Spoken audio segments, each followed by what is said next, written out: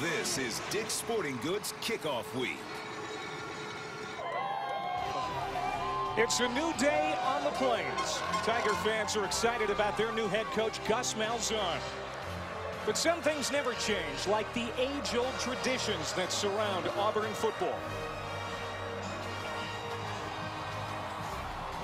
The Washington State Cougars are in town, hoping to spoil the first game for Gus Malzahn. It's the beginning of a new era, and here come the Tigers.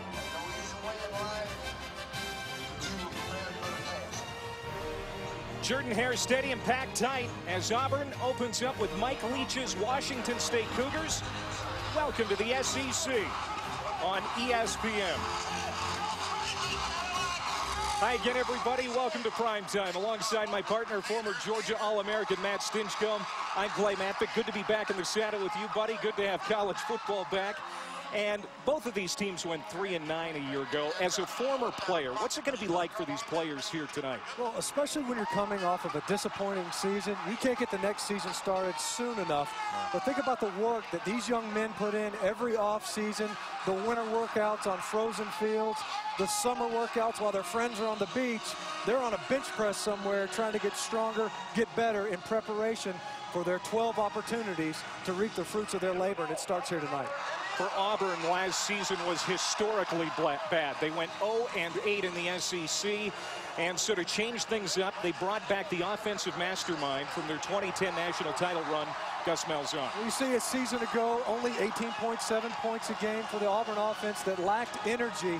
That's a guarantee with the Malzahn offense. It will have energy, it will have points, 33. Defensively, they have to get the edge and get better play at the quarterback position from Nick Marshall. They love his skill set. They love his physical attributes. But what really set him apart was his poise and his decision makings. It's the mental capabilities that he brought that really separated himself from the pack. And Mike Leach's calling card is still the air raid offense. Last year, the Cougars struggled adapting to it. Is it going to be better here in year two? I think so. When you talk to the coaching staff, they talk about they're going to get better decisions from their quarterback, and they're going to have to decide at the quarterback position, do you take what the defense has given you, which is what that air raid D offense is predicated on. Play within the system and make sure that if you have a check down, you take it. You don't have to force the football downfield into windows that do not exist.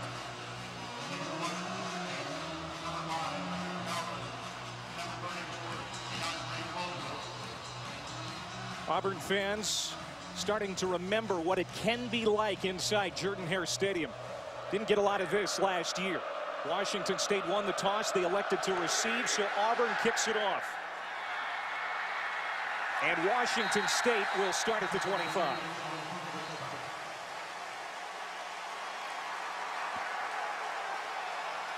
Here's a look at Connor Halliday. And the air raid requires consistency at quarterback. Jeff Toole and Halliday did not offer that last year as they combined on the job. You know, when you look at it, it's hard to develop rapport with your receivers.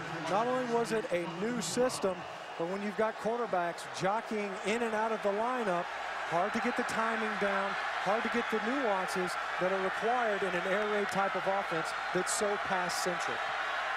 Three receivers to the near side, one up top. Single back set. Halliday out of the gun, obviously wanting to throw right away, and it's incomplete. There's Robinson Therese, the star backer, breaking up the pass.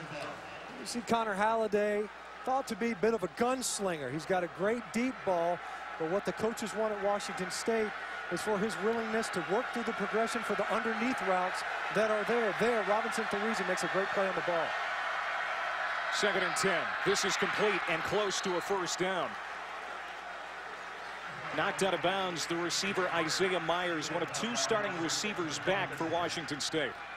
We're going to see a lot of receivers involved in this ball game. The balance that Washington State wants to achieve is to spread the passing game around, get all of the perimeter players engaged, including the running backs, incidentally, in this passing game.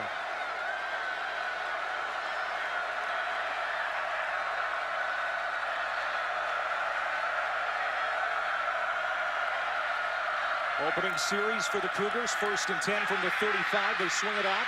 Here's Bobby Ratliff. 5 of the team's top 7 receivers are back. 70% of the team's receiving yards, Ratliff included. He picks up 6 here at second down. Something that's a hallmark of the air raid offense. You know, when you see these screens, wide receiver screens, slip screens to the running back, that's effectively their version of a sweep play, a running play to the perimeter, except they just stand up and throw it wide. Connor Halliday. Incomplete. Again, well covered, intended for Christoph Williams. And it'll be 3rd down and 4. See already, Auburn defensively, some of the question marks were the secondary. They feel that they're thin, especially at the safety position. Right there trying to hit a crossing pattern, and all of these throws have been well contested so far. Halliday looking to hit the underneath route, unable to connect, and now faces the 3rd. You see the 3rd down conversion percentage last year, right around 32, near the bottom of the Pac-12. On 3rd and 4, they're going to run it, and it's Marcus Mason who got the start tonight, and he's out to midfield with a 1st down, a gain of 9. Let's take a look at our Lee Jeans impact matchup. You know, in this ball game, we've already touched on the quarterback for Washington State, Connor Halliday, but Robinson Therese at that star position, a new defensive set for Auburn this year, the 4-2-5. He's a hybrid defensive back linebacker, effectively in this ball game. He's the nickel back on every down. After the 1st down, back to the ground, and Mason is snuffed out. There's going to be a loss on the play as Gabe Wright, who got the start at the inside D tackle spot, takes down the ball carrier for a loss of 2. Just miscommunication on the backside. Elliott Bosch, and you see there, left guard, you know, unfortunately, untouched. You get a guy like Gabe Wright running free up into your backfield, a tackle for loss, and it knocks your offense off of schedule, now facing 2nd and 10 plus. Jeffrey Whitaker is out, so Gabe Wright getting the start. Now Halliday on the comebacker, complete to Christoph Williams, trying to pick his way ahead and gets inside the 45-yard line of Auburn. Ryan Smith, the field safety, brings him down to the turf. Now a much more manageable situation here, Stinch, for this air raid offense. You want to just continue to eat up the yardage needed there, a big gainer to make it back to 3rd and manageable. You know they're staying in the pass sets, but thinking back to the previous 3rd down, what stresses the defense is you're thinking pass, and then they hit you with the draw to the middle of your defensive front. Washington State able to convert the previous 3rd down because the defense facing the passing patterns. Looking to convert on 3rd and 4, and they do, complete to the 39-yard line. Ricky Galvin with the catch, a gain of 5. They'll move the chains. Already, you're hearing these names. You're spreading the football around. Halliday getting it to Christoph Williams, Ricky Galvin, Isaiah Myers. It makes the defense defend all the weapons that are available to Mike Leach and Connor Halliday as the passer. Leach's idea of balance is getting 4 catches apiece for all of his receivers. 1st and 10. Halliday looks to the right, complete again. This time it's caught by Gabe Marks, coming off a solid true freshman season. Averaged over 11 yards per catch last year, and he gets 12 on this one. We're going to see a lot of man coverage in this ball game, and visiting with defensive coordinator Ellis Johnson, he recognizes the importance of the tight windows. He's obviously going to mix up some of these coverages in an effort to stress Connor Halliday and his decision making. So far, Halliday's been very patient with where he's going with the ball. Penalty markers down on the field. A little razzle-dazzle look like they're from Washington State. Before the snap, false start. Offense, number 76, 5-yard penalty. Still 1st down. A penalty on the right tackle, Rico Forbes. His first start since 2010 when he was in junior college, so a little nervous tonight. Well, you know, it's playing on the road. It's not extremely loud right now. The crowd was into it earlier on the couple of 3rd downs, but with the conversions, they've quieted down. They maintained the down, so it's still 1st, but again, behind the chains. See if they're trying to make up some of that yardage. On 1st and 15, Halliday has a man, caught at the 13, and inside the 5 is Dominique Williams. Well, Mike Leach said, I'm looking for my Michael Crabtree. Maybe it's Williams. Well, more and more you see him underneath the coverage of Jonathan Mincy. And when you can see his numbers, Halliday has a great target to get the ball downfield to Dominic Williams, who kind of filled the role of Marcus Wilson, who they lost over the course of the season a year ago. Jeremiah Laufasa checks in, 11th play of the drive. 1st and goal. Lobbing it into the end zone, and off the hands of Williams, incomplete. Well covered by Chris Davis, the cornerback, the senior leader of that Auburn secondary. They like what they see in Chris Davis again, locked up in man. This is a great ball, though. Look at the touch that Halliday places on it. Williams has a chance to haul that in, and it just goes off of his fingertips. You see the hand fighting, and it looks to me like Davis might have punched that ball away off the rebound. Great defensive coverage there by Davis, singled up on Dominic Williams. No surprise, 9 passes, 2 rushes.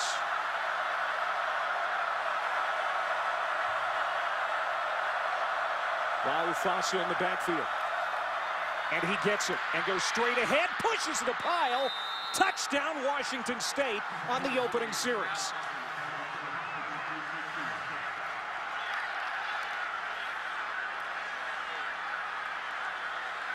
Jeremiah Laufasa, who turned heads in camp as a short yardage back, takes it in from 4 out. And this is a physical run. He's met there. Chris Frost has an opportunity to meet the runner right there at 3 yards to work with before he gets to the end zone. Laufasa just powers his way in for the score. And one of the better kickers in the Pac-12, Andrew Fernie, knocks it through. It's 7-0. Washington State, a 12-play, 75-yard opening drive for the Cougars on the road. Gus Malzahn's offense gets it next.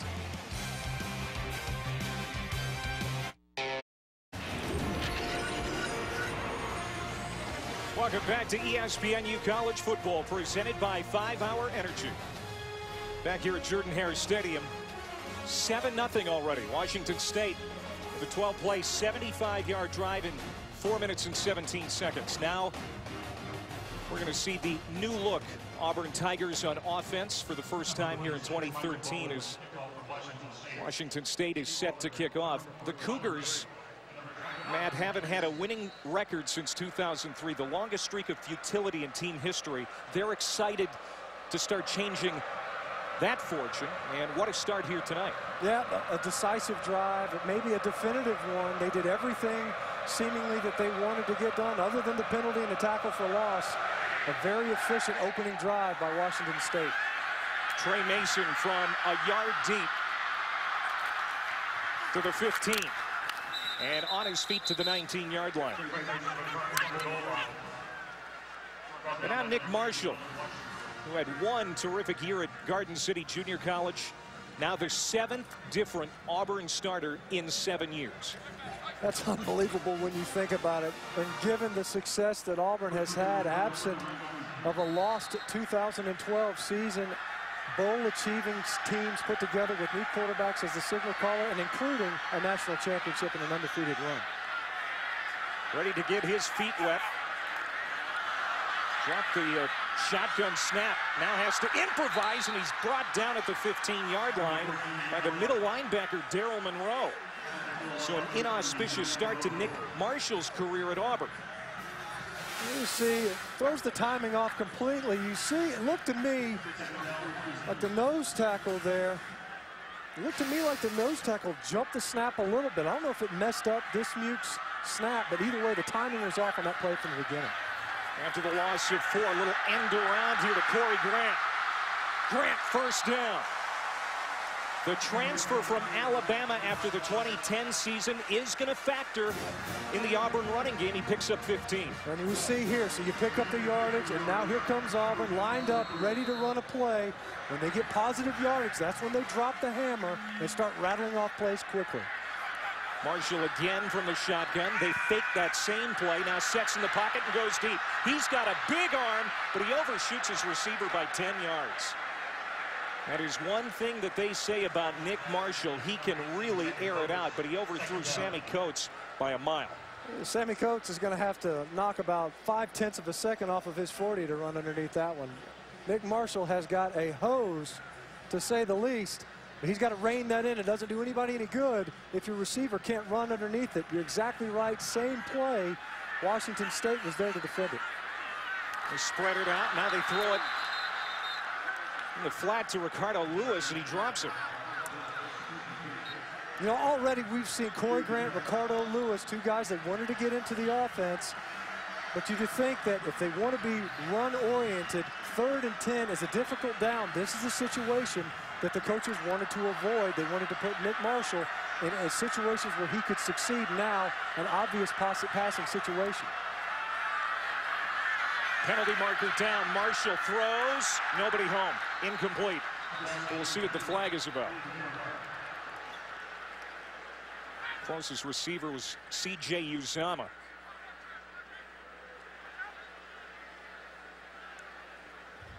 Here's Hubert Owens.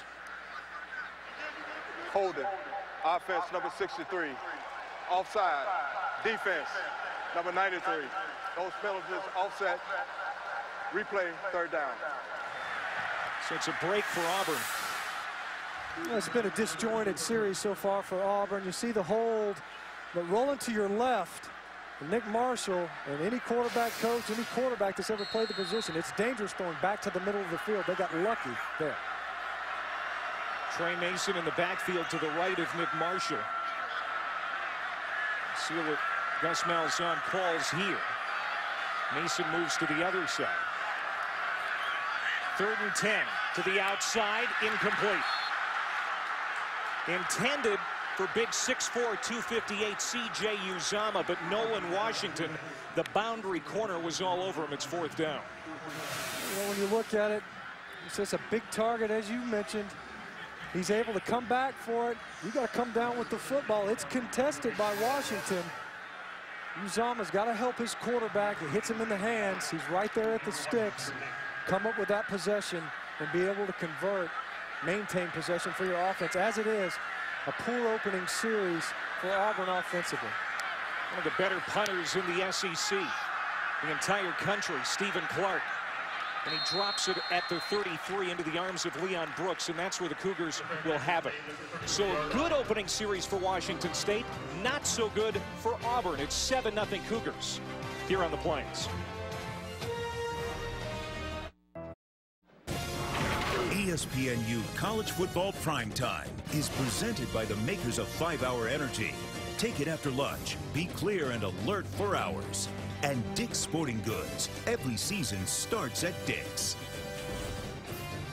On a steamy night in Auburn, Alabama, we welcome you back to the college football season alongside Matt Stinchcomb. I'm Clay Matvick. And tonight, we welcome a new member to our ESPN team. Let's go down to Don Davenport. Thank you, guys. Good to be with you. Hey, Nick Marshall, that drive didn't go exactly how he wanted it to, obviously, but he came off the field, patting his chest, sat down with his teammates. He took the blame for it, and he's calm. I talked to offensive coordinator Rhett Lashley before the game, and he said he's calm, he's collected. That's why he won this starting job. Rhett Lashley, one of the up-and-coming young coaches in this country. He's 29 years old, the offensive coordinator for Gus Malzahn. Here's Halliday to throw on 1st down, and he's complete. To about the 38-yard line. It's a gain of 4. Halliday knows that decision-making is key in this offense. He had some growing pains last year, threw 13 interceptions, but a great start so far tonight, as these numbers indicate. I'll tell you what's amazing is that 7 you see right there, that's to 7 different receivers, each completion going to somebody else. Low snap. Halliday handles it fine. Wobbly pass, but it's complete for a 1st down. He continues to hit receivers. This time again, Gabe Marks. Give him 10 there. You know, so far in this ball game, Washington State's offensive front last year, much maligned. They couldn't run the football. They couldn't protect the passer. 57 sacks. But so far, even though Halliday had to buy a little time there, a relatively clean pocket to work with.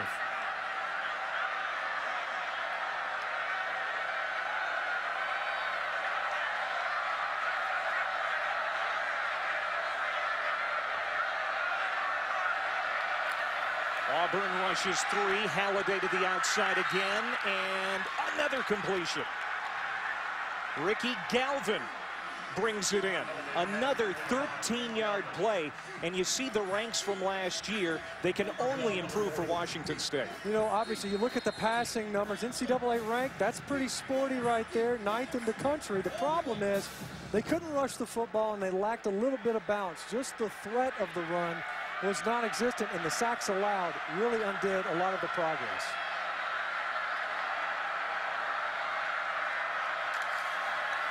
Try to run, and this is where Mike Leach wants to see drastic improvement. There's Craig Sanders shooting in from his defensive end spot for a loss of 3. Now, the running game anemic last year. The leading returning rusher, DeAndre Caldwell, 269 yards last year. That's a couple of times now we've seen the first possession on first down.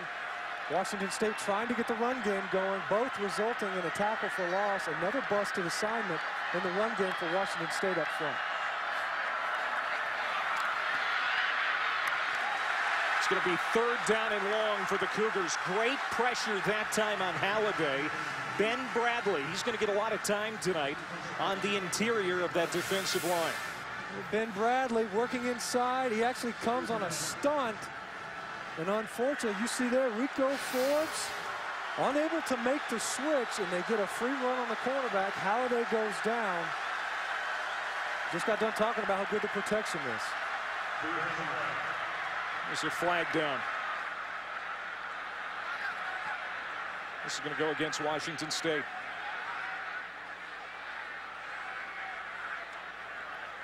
Already 2 penalties against the Cougars. Intentional grounding. Offense, number 12. The quarterback was still in the pocket. No receiver in the area. That penalty is a loss of down at the spot of the foul. 3rd down. You see Mike Leach. You know, this is reminiscent of last year. Now, you know he's not ready to panic, of course.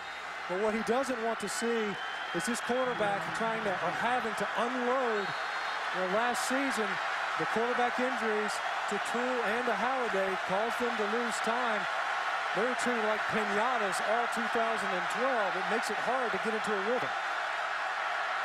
They're 2 for 2 on 3rd down. Coming back for the ball is Gabe Marks. Up along the sideline, he's going to be well short of the first down. Runs into an official. The line judge goes down. So it'll be 4th down here for the Cougars. This series was all set up on first down with the tackle for loss. Did an excellent job by Craig Sanders. Then Ben Bradley coming on the stunt, getting what is effectively a sack. We end up with a flip pass out there to Marks. He's just trying to gain a little bit of ground in the field position battle so that they can punt it away and pin Auburn deep. Auburn seeking to get a good possession and make amends for that first offensive possession. Chris Davis is back deep. First time on the punt return unit for the Tigers. This sails over his head. Can they keep it out of the end zone? They do. Well covered by Nolan Washington. It's down at the 1. A 43-yard punt for Michael Boland. Great hang time, and it allows Nolan Washington to get to the end line. He's just a backstop. Nice awareness of where the end line is. And now Auburn gets their 2nd offensive possession, backed up, playing in the shadow of their own goalposts. Since the national championship season in 2010, it's been a fall from grace for Auburn. 11-14. And the Teresa Toomer's corner poisoned by Harvey Updike. The 2010 BCS championship game MVP dismissed. Michael Dyer, their biggest rival, Alabama, has been rolling them. Attendance is down. That prompted a change. Gene Chizik fired, his former offensive coordinator hired. It's Gus Malzahn's job now. And there is a new excitement here on the Plains. A fresh start, and at the same time, familiarity. Hard to achieve both. Gus Malzahn had a great deal of success last year at Arkansas State. Auburn hoping that he can rekindle that offensive magic. Nick Marshall hands off to Cameron Artis Payne, trying to give him some breathing room. They like this guy. Over 2,000 yards rushing and 25 touchdowns in junior college last year. Well, that's a physical run. This is something that Gus Malzahn wanted to do when he came to Auburn initially. A lot of consternation back in 2009. He's a spread guy. No, he's a spread guy that wants to run the football with authority. And with the physicality, this is coming out offense, just trying to get room to work with. But that could be a tone setter for Auburn after somewhat of a misfire on their opening possession. Cameron Artis-Payne moving in the backfield. He'll get it again on 2nd and 6. Boy, he looked like this during the spring game back in April. He had a beautiful day. He is going to get a lot of touches this year for Auburn. Another physical run. You see that? Once you pick up the first, now Auburn back over the football, shifting formations. Marshall keeps. Ooh, and he's horse-collared, about 2 yards shy of the first down by Dayon Buchanan. No penalty flags. He tackled him high, but he tackled him clean. But you see there, they flipped formations. Auburn already was over the football, forcing Washington State to rush to get a line defensively. 2nd and 2, Marshall wants to pass. And he threw behind the receiver. That was Sammy Coates, who he was looking for. So now 3rd down and 2. Let's take a look at our Lee Jeans impact matchup on this side of the ball, Marshall and Monroe. You'll see it already, the meaningfulness that they have to have out of the quarterback position. Nick Marshall, pivotal as a runner, but also throwing in the passing game. And Daryl Monroe, a true linebacker, a physical presence in the middle of the Washington State Cougar D. Artis-Payne runs into a wall short of the first down. Junior now to the nose tackle, who stepped right in last year and became a leader. Unusual for a junior college transfer. May have forced Auburn into a punting situation again. It depends on the spot here. It's going to be 4th and short. You see now stuffed on 3rd down, going for it on 4th. How huge Michael Boland's punt and downing it. Nolan Washington pinning Auburn back. This decision isn't at midfield. This is an aggressive call by Gus Malzahn, trusting his defense if it doesn't work out to stop the Cougars. And now timeout called by the Auburn sideline. You see an opportunity, you get out there, you line up, see what they're going to do to you defensively. Gives the quarterback a chance to come back and counsel, conference with his coach, and see what they can get to pick up the first.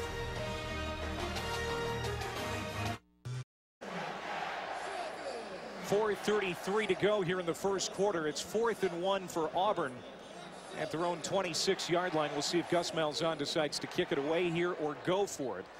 He wants to run 75 plays at minimum. Over 80, he feels good. And so far, 10 plays, just 35 yards of total offense. Yeah, it hasn't gone well so far. You can see them trying to pace it. Not surprised here that they sent Stephen Clark, an incredibly talented punter, a Ray Guy candidate.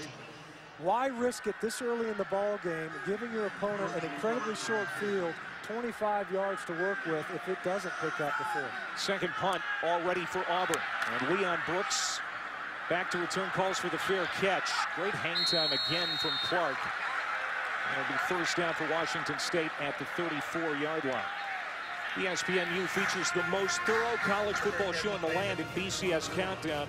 In-depth analysis, discussion on the standings, and interviews with college football coaches and players. You won't want to miss it. BCS Countdown Monday at 6 on ESPNU. Also live on Watch ESPN. And they'll be talking about Johnny Manziel. Of course, did not play the first half today against Rice, but looked good in the second half after he served his suspension. Yeah, I'm disappointed. You know, only 50% of his passes were for touchdowns. What a controversial offseason it was for Johnny football. We'll see if he can win the Heisman again. Caught at the 40. Still on his feet. Christoph Williams to the 45-yard line. How about the way that whole thing was handled with Manziel, and how you expect Manziel and Texas A&M to handle it going forward? Well, there's nothing to handle. I think there's, it's effectively a non-issue. The NCAA said they'll leave it open, but they ruled. He missed 2 quarters, and now it's business as usual. I think A&M just picks up right where they left off as far as Johnny Manziel is concerned.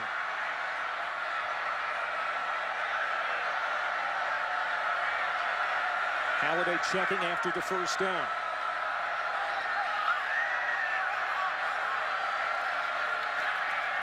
Tipped in the air and intercepted. Picked up by Robinson Therese. down to the 17-yard line, and a flag comes in. He is the star backer, and he is a key cog in Ellis Johnson's defense. Comes up with a big play here in the first quarter. On the first pass of the game, Robinson Therese was there to break it up. You know, they talked about Justin Garrett playing that star position. Ellis Johnson likes him, but Justin Garrett was an inside linebacker, and he was playing that star position, which is somewhat of a hybrid linebacker and a big safety, a guy with cover skills. Justin Therese was a defensive back. He's perfect no foul to employ. On the play. No foul. Pick up the flag. He's perfect skill set to employ for this ball game when you're playing for a wide. You see the communication there, and really, he's just sitting there dropping back into his zone. Holland was coming over to assist, and if it weren't for the tip off of Brett Bartolone's hands, that's a completion. But you talk about the timing. That was not a well-placed pass by Connor Halliday. Otherwise, it's a completion. He stepped out at the 28. And now here's Trey Mason straight ahead. What a great sign for that Auburn defense. They only had 2 interceptions all of last year. Incidentally, one of them coming in the opener versus Clemson at the linebacker position. You know, if we're going to stretch the analogy, Therese there as what's effectively the linebacker. They're starting this season effectively on the same foot. The difference is it was the 11 games after that, they only generated 1 more pick. Already on track to be better in the interception category. Inside handoff to Mason, looking for room on the right side, and there's not much there. There's Junior Nauta again. He's credited with the tackle. No gain for Trey Mason, who rushed for over 1,000 yards last year. He is a proven SEC back. He's going to be a big part of this offense again this year. Well, this third down is one where you talk with defensive coordinators, the challenge with the mobile quarterback, you have to defend the run and the pass with a run-pass option here. Caught by Quan Bray, first down, inside the 10, out at the 9. Clay, I want to say, we've seen them move the pocket with Nick Marshall in this ball game. That's the first completion that I can think of where they moved the pocket, this time rolling to his left against his throwing arm, on target, able to hit Quan Bray to pick up the first. First completion for Nick Marshall. And now back to Mason. Did he get in? Yes. Touchdown, Auburn.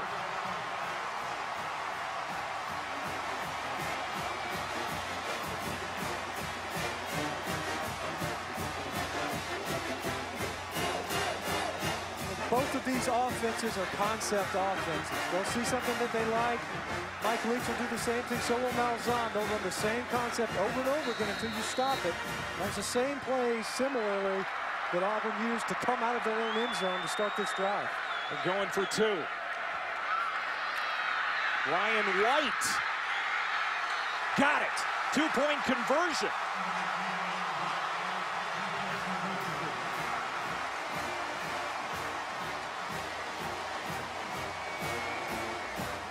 And Auburn leads it. You can see Gus Malzahn signaling into his players. They weren't kicking a field goal. It looked like he was saying bang, bang, bang, bang. All this is a power play. You see there, Ryan White able to get the ball over the end line.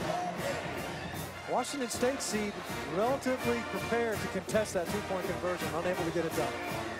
8-7 Auburn late in the first quarter.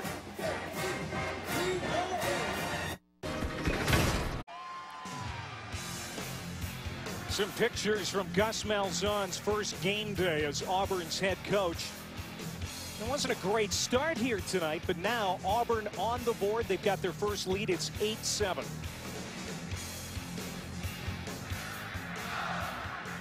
Welcome back to College Football Primetime, presented by 5 Hour Energy, part of Dick's Sporting Goods Kickoff Week. And a replay official from the SEC has taken another look at this. Steve Landis, our official tonight, up in the booth. You could see Big Chad Slade, offensive guard, pulling in front. Ryan White. Keep in mind, it's the knee or the elbow that can establish a runner down. I think he broke the plane. You can see it from this angle pretty well. Watch where the football is. There. I think it breaks the plane before either his knee or his elbows make contact with the ground. After review, the ruling on the field stands. Extra point is good. You know, you got to have indisputable video evidence to overturn. The ruling was it was in. You can see there in the replays, it might have been bang, bang, knees down, elbows down, balls over, but not enough to overturn it. 1 point scoring margin. Auburn found a way. Let's keep in mind where this drive started. They had no room to work with. Did a good job of working their way out, using the turnover by Robinson Therese, and already the turnovers hurting Washington State, allowing Auburn back into this ballgame, and they've been pinned deep in their own territory the previous 2 possessions. Great sign from a defense which limps into the season opener. Demetrius McNeil dismissed from the team. Some key guys out like D. Ford. Jonathan Jones out with an injury. And another touchback. Cody Parkey could do that every time if he wanted to. He's got that kind of leg. You see this run, it's very similar to what we saw in the previous possession with Cameron Artis-Payne. Prosh sealing the backside, and then here Chad Slade, big 62, leading around. Able to get Ryan White just enough room. And Malzahn, you talk about a little bit of release. Already in this game, had to be a little bit frustrated. Can't let your players see it, but able to get a drive, capitalize on the turnover generated by your defense, and already able to jump back out on top after a slow start.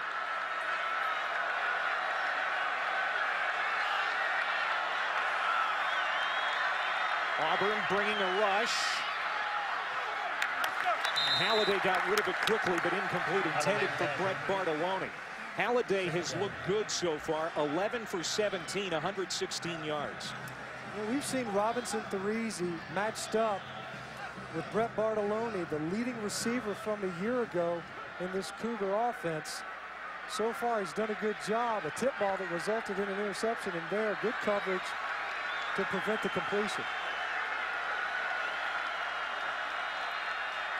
Halliday on the slant route, incomplete, right through the hands of Vince Maley. Leach loves big receivers. Maley is that, but it's incomplete, so it's 3rd down. Carl Lawson in on that last rush for Auburn. He is going to be someone to keep an eye on, a true freshman out of Alpharetta, the #2 overall recruit in the nation last year. Ellis Johnson likes Carl Lawson. He doesn't understand what to do defensively, mentally, but he says that some of these young defenders, Lawson being one of them, are better than the starters right now. Auburn brings a 4-man rush. Halliday has time to throw, juggled, caught, but well short of the 1st down. Ricky Galvin made the catch at the 28, but it's 4th down for Washington State. There was Therese again in on the tackle. And the pocket starting to not necessarily collapse, but get pushed back into Connor Halliday's lap. Not as clean as it was in the opening possession where Washington State marched right down the football field. Robinson Therese, 2 nice plays in coverage. You can see his skill set as a former defensive back in this ball game. That's going to come and pay dividends for this 4-2-5 defense, and that started position for Ellis Johnson through the balance of the year. Bolin had a 43-yard punt last time that pinned Auburn at the 1. This one checks up and bounces at the 32, and it'll be dead near the 35-yard line. So decent field position for Auburn, leading 8-7.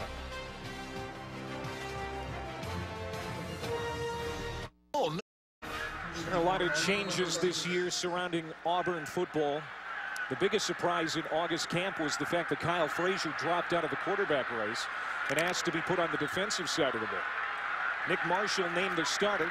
He flips it back to Corey Grant. Grant out to the 40. Good run on 1st down.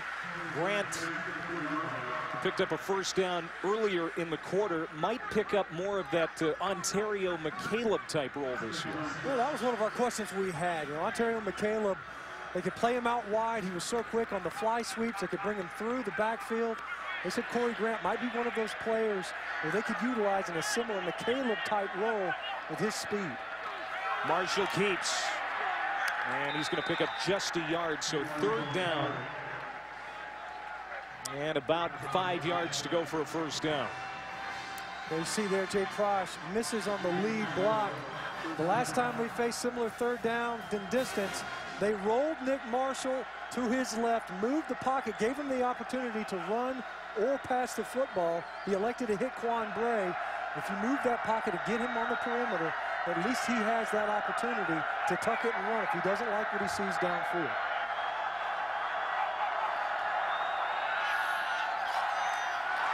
Dropped, and that should have been caught by Ricardo Lewis, the big-bodied wide receiver who they hope to emerge this year. And Gus Malzahn not happy as Auburn's going to have to punt. You see him screaming, "Get off the field." Once again, that's 2 now where we've seen that effectively dropped. Ricardo Lewis. Before it was C.J. Uzoma on the opening possession of this game. These drops that would have been otherwise first down yardage.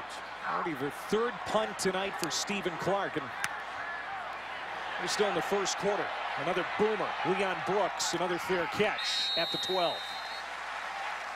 So Marshall 1 for 6, 15 yards passing, 2 drops. Not helping your quarterback in that regard. You know, you talk about as a coach wanting to put him in a position to succeed, and they are, but his receivers and his teammates have to help him as well. Here's a look at our SEC greats brought to you by Regions Bank. And of course, Cam Newton is a guy that Nick Marshall has been compared to fairly and unfairly. Yeah, I would say largely unfairly. I mean, there's some parallels, of course. Started his career at the University of Georgia. Is a mobile guy, but not near the size of a Cam Newton, at least 4 inches smaller and about 40 pounds lighter. Halliday, good protection, throws it off his back foot, intercepted again. Josh Holsey.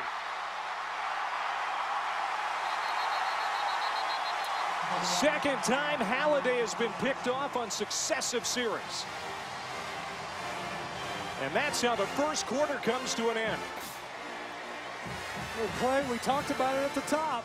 You got to be better decision making at the quarterback position. One of the questions they had from Halliday is, can he do a better job of that? That one was an inexcusable choice to throw the football against your body downfield. Only 2 interceptions by this defense all of last year. Already 2 for Auburn tonight.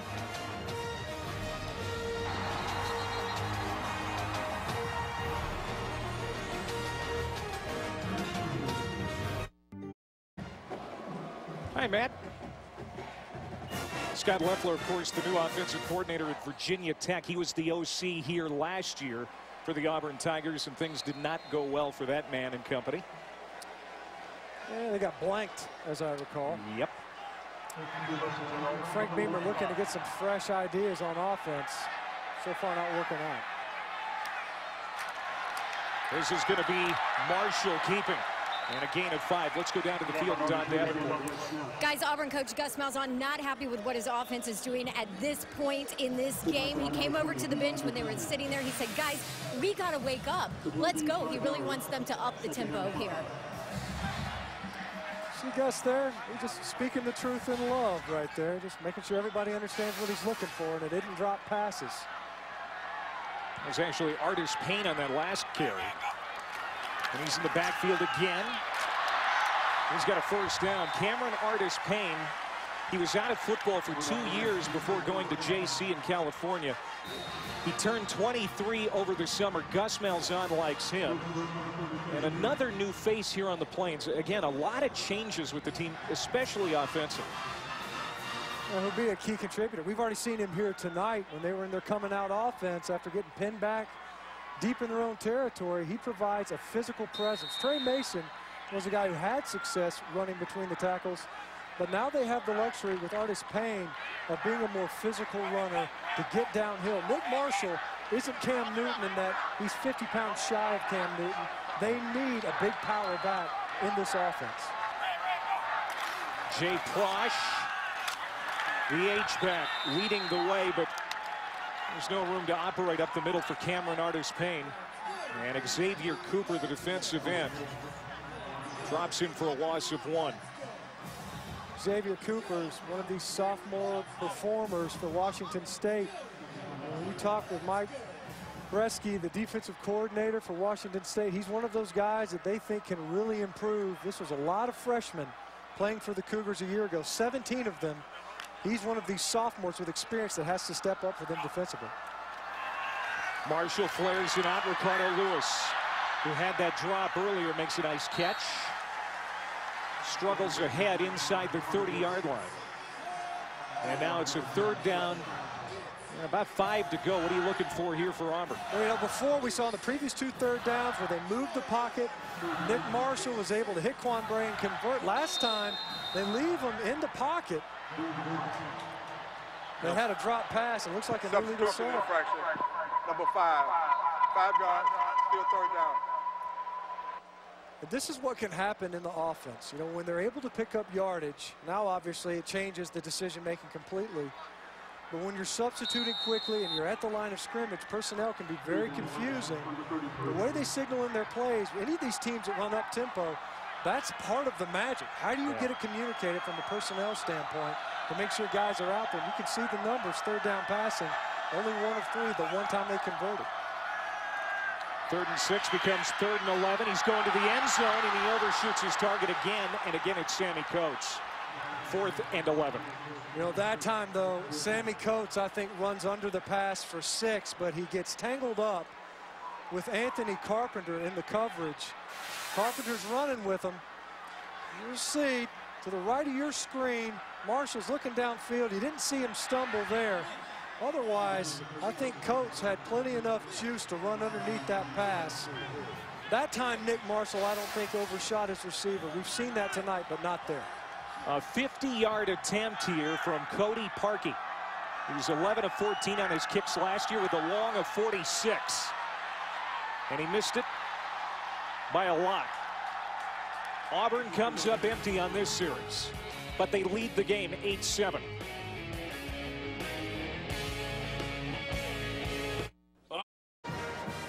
Back at Auburn, you're watching the SEC on ESPN. Start of the Gus Malzahn era here in Auburn on a hot night. It's college football like you don't see anywhere else. A combination of opinion, information, entertainment. College Football Daily, Monday at 1 Eastern on ESPN. Also live on Watch ESPN.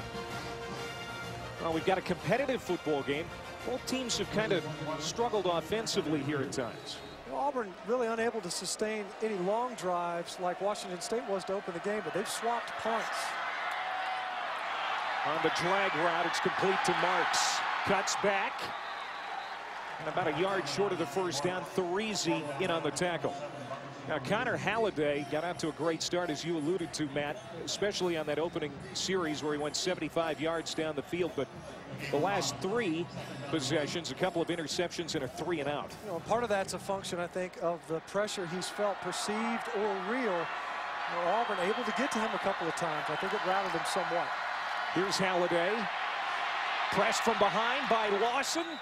And he's going to get the 1st down. Boy, he could feel that 258-pounder breathing down his neck. But he gets the 2 yards necessary, and they'll move the chains. Oh, Carl Lawson, he may not understand all of his assignments in Ellis Johnson's defense, but you see him there stand up at end, and he's just going to explode upfield.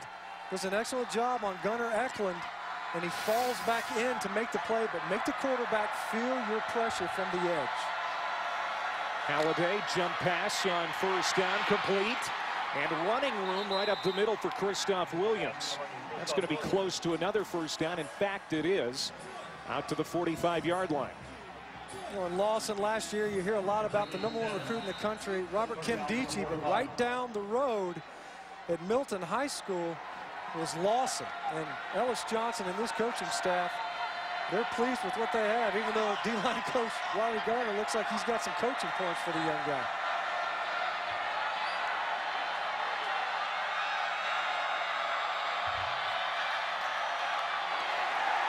Gabe Wright in the backfield, but that's going to be a flag on Auburn. Here's Jeremiah Lafu-Asa, who lost the football. Auburn has it, but it sure looked like Gabe Wright was offside.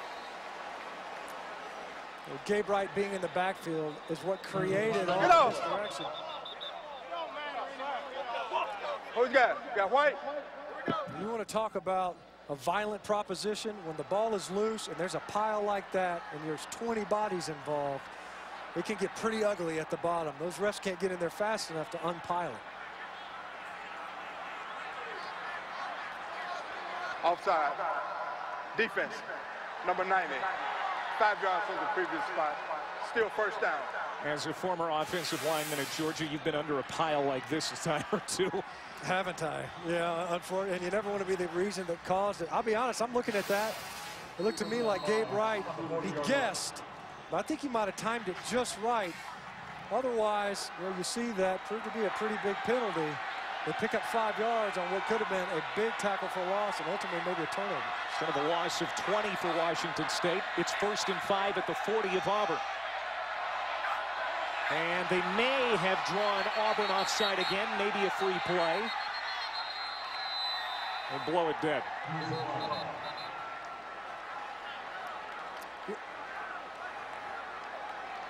Offside. Defense. Number 98 with contact. 5 yards from the previous spot. The result of the penalty is a first down. That was Angelo Blackson, the defensive tackle, offside that time. So now first down. There's a free first down. Rodney Garner, we saw him earlier chewing out Lawson. You know, there, Angelo Blackson, back-to-back plays, you give the opposing team's offense a free first down and 10 free yards effectively. You can see Connor Halliday, they've changed up the snap count to stem some of this pass rush.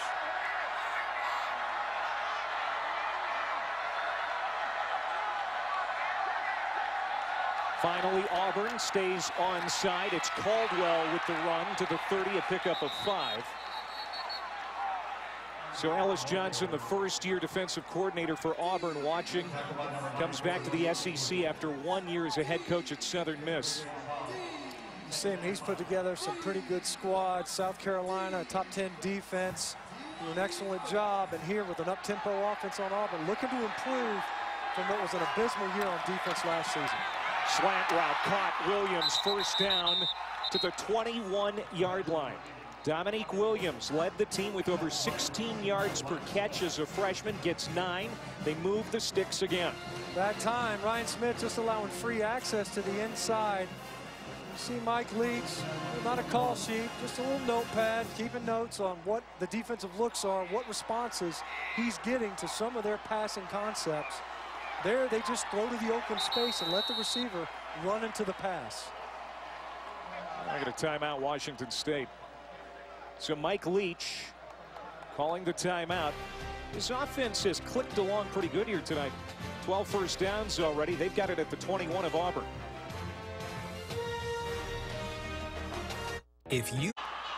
All right, Matt, despite that ingrown toenail, A.J. McCarron and company looking fine. Now, speaking of quarterbacks, Connor Halliday, he is 15 of 22 for 147. Most of those completions in the short passing game. You know, he was a gambler. Last year, it was bet money to win money. This season, though, and already in this ball game, a lot of success with the 15 yards and closer type of routes to underneath patterns. From the 21 of Auburn, first down and 10. Halliday, quick strike, incomplete. He was looking for Gabe Marks. Halliday is lanky, 6'4", 190. He tries to put on weight at training table, can't do it. He seems to be very comfortable. Compared to last year when he and Jeff Toole were running this offense, it was shaky at times. Yeah, well, they're getting used to the new system, but also they were under duress. We talked about the protection issues. So far tonight, the protection has been spotty at times, but holding up better than what they were used to a season ago.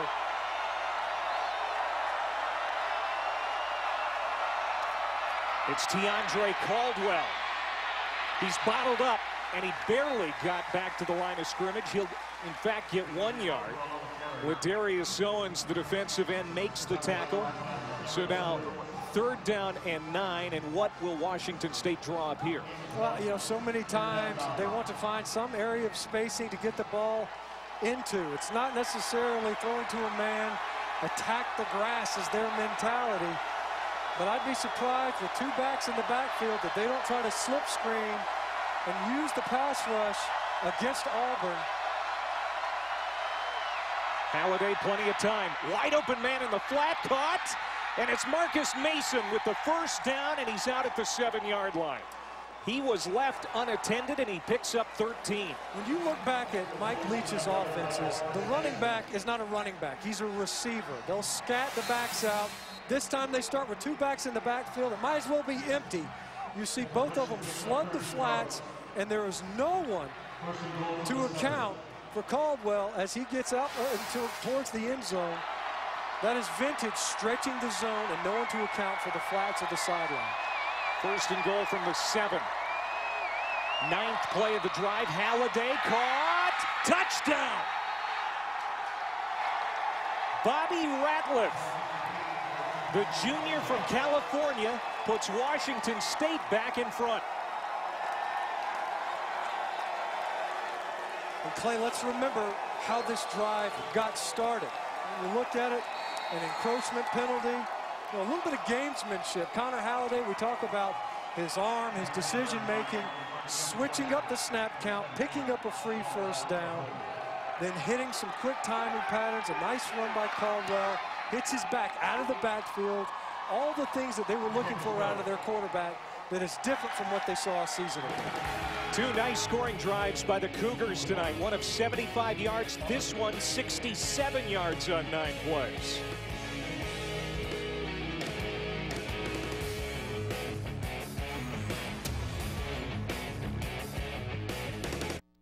Insurance and Pennzoil.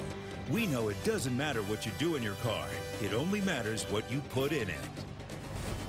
On Gus Malzahn's first night as head coach, his Tigers are down now 14-8 midway through the second quarter. There is Bobby Ratliff. Got that touchdown pass moments ago. The second touchdown pass for Connor Halliday tonight. 167 yards passing for Halliday already. He had 330 yards per game passing last year, which was first in the Pac-12, but a better O-line, better receivers this year, more veteran guys. These numbers could go up this year. Here's Trey Mason to the 20. Finds some room on the near side. To midfield. He could go. Touchdown, Trey Mason.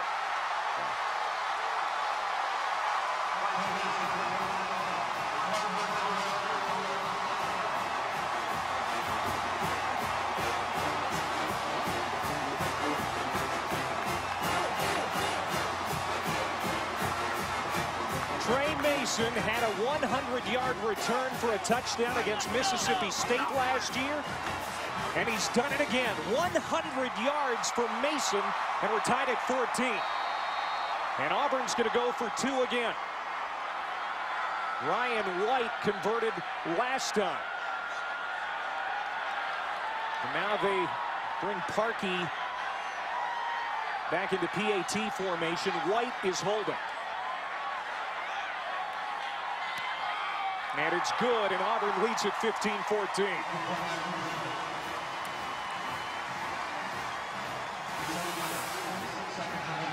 What an answer. After missing a field goal, you give up a touchdown. What's the best way to salve your wounds? You get a kickoff return from stepping out of your own end zone, 100-plus yards. Trey Mason couldn't have gone any further to get to the other end zone. Great blocking. He was able to get wide and break containment. And how quickly a momentum in the game can switch. The 2-point conversion allowing Auburn to go back up on top. And you see that streak. 6 consecutive seasons where Auburn special teams finds a way to take a kickoff return all the way to the shed for 6. Trey Mason showing that speed that the coaches coveted so much. And running 100 yards tonight in one burst is a chore. It is 85, 86 degrees here tonight, and about 100% humidity, it feels like. You could walk straight out of the locker room and do that and go into full body cramps. This is like a wet sponge out here tonight. Even if you practice in it, there's no way to prepare for it. I'll be surprised if we don't see some cramping out there. Trey Mason, though, He's pushed the fluids. He didn't cramp up at all. That was the only thing that might have stopped him that last 20 yards was leg cramps. Didn't quite happen. Ends up in the end zone, and now, once again, Auburn climbing back into this ball game. Let's see if Parkey puts it through the end zone again. He's done it twice tonight. Make it 3 times.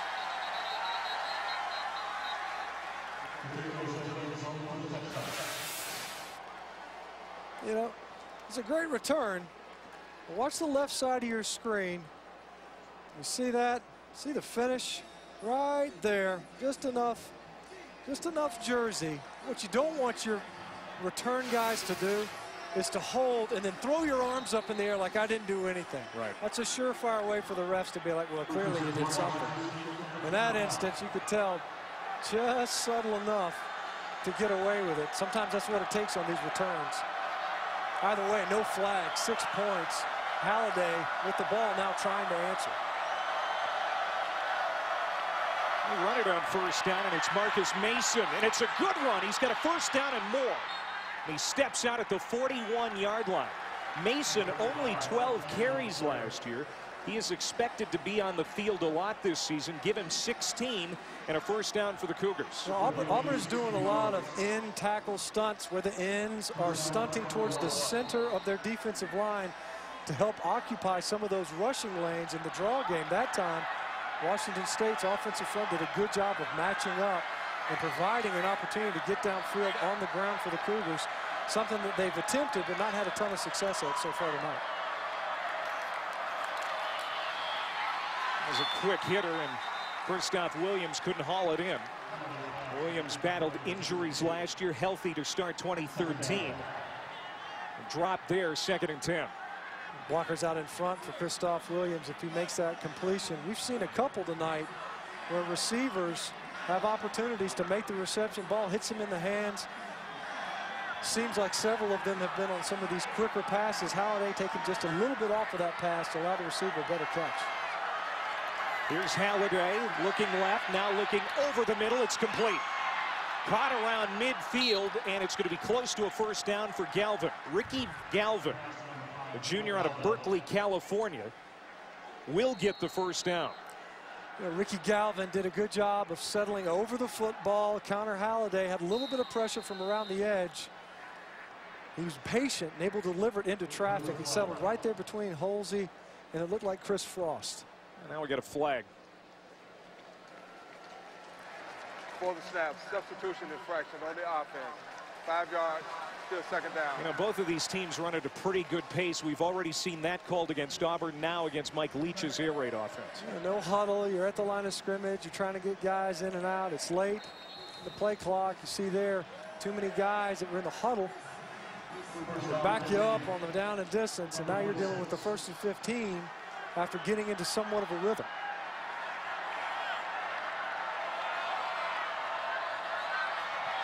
Tried to draw the defense off again on 1st and 15. Complete. Ratliff again. Making his way to the end zone. He stopped just short. Bobby Ratliff hauled down by Chris Davis. First down and goal at the 1 for Washington State. You see right here, here's Bobby Ratliff at the Y.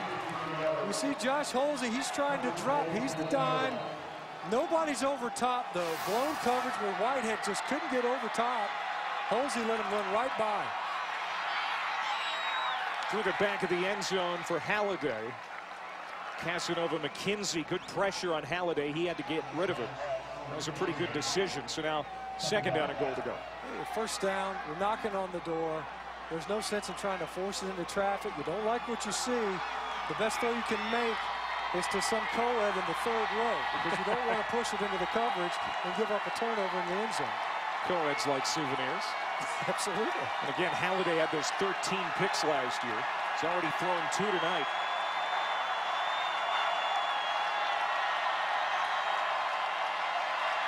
The short yardage back, Laufasa spins. Did he get in? Yes, touchdown. Jeremiah Laufasa. The transfer from Central Washington. And Washington State goes back in front.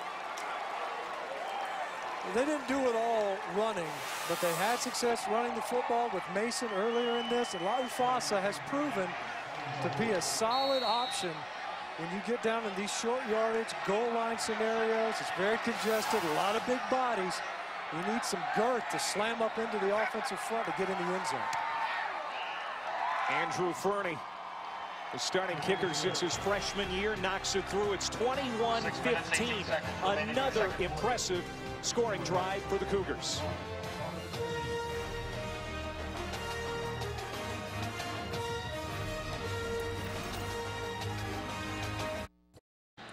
All right, Matt, looking forward to it. Yeah, Manziel, of course, suspended for that first half, and 6 defensive starters were suspended for Texas A&M today. 21-15, Washington State leads now as Gus Malzahn, the 47-year-old head coach of Auburn, one of 4 new head coaches in the SEC. Some say he's going to have the easiest transition in year 1 of the 4 because he was only gone for a year, and he recruited many of these guys to Auburn. It's a perfect scenario. You end up basically being able to promote from within a coach who just got head coaching experience at the collegiate level that he otherwise didn't have. Familiar with this roster, the facilities, the program. He recruited a lot of these guys to play in his system. Leaves for 1 year, just long enough to run his own show, and gets to return to the Plains. You can't script it any better than that. Trey Mason, a 100-yard touchdown return on the last kickoff. Takes a knee, and it's going to start at the 25. Brett Bielema, Butch Jones, Mark Stoops also enter year number 1. I'll tell you what, Brett Bielema, a surprise hire in Arkansas, almost a whisper campaign that went on the entire season. Butch Jones at Tennessee, they love what he's seen, what he's done coming into this season. All the recruiting, all the aura around the program seeming to be more positive, albeit they're still working on their first game. He's done everything right other than get that first W. Mark Stoops and the Kentucky Wildcats losing to Western Kentucky right now in Nashville. Of course, Western Kentucky upset the Wildcats last year. Here's Corey Grant. He could go.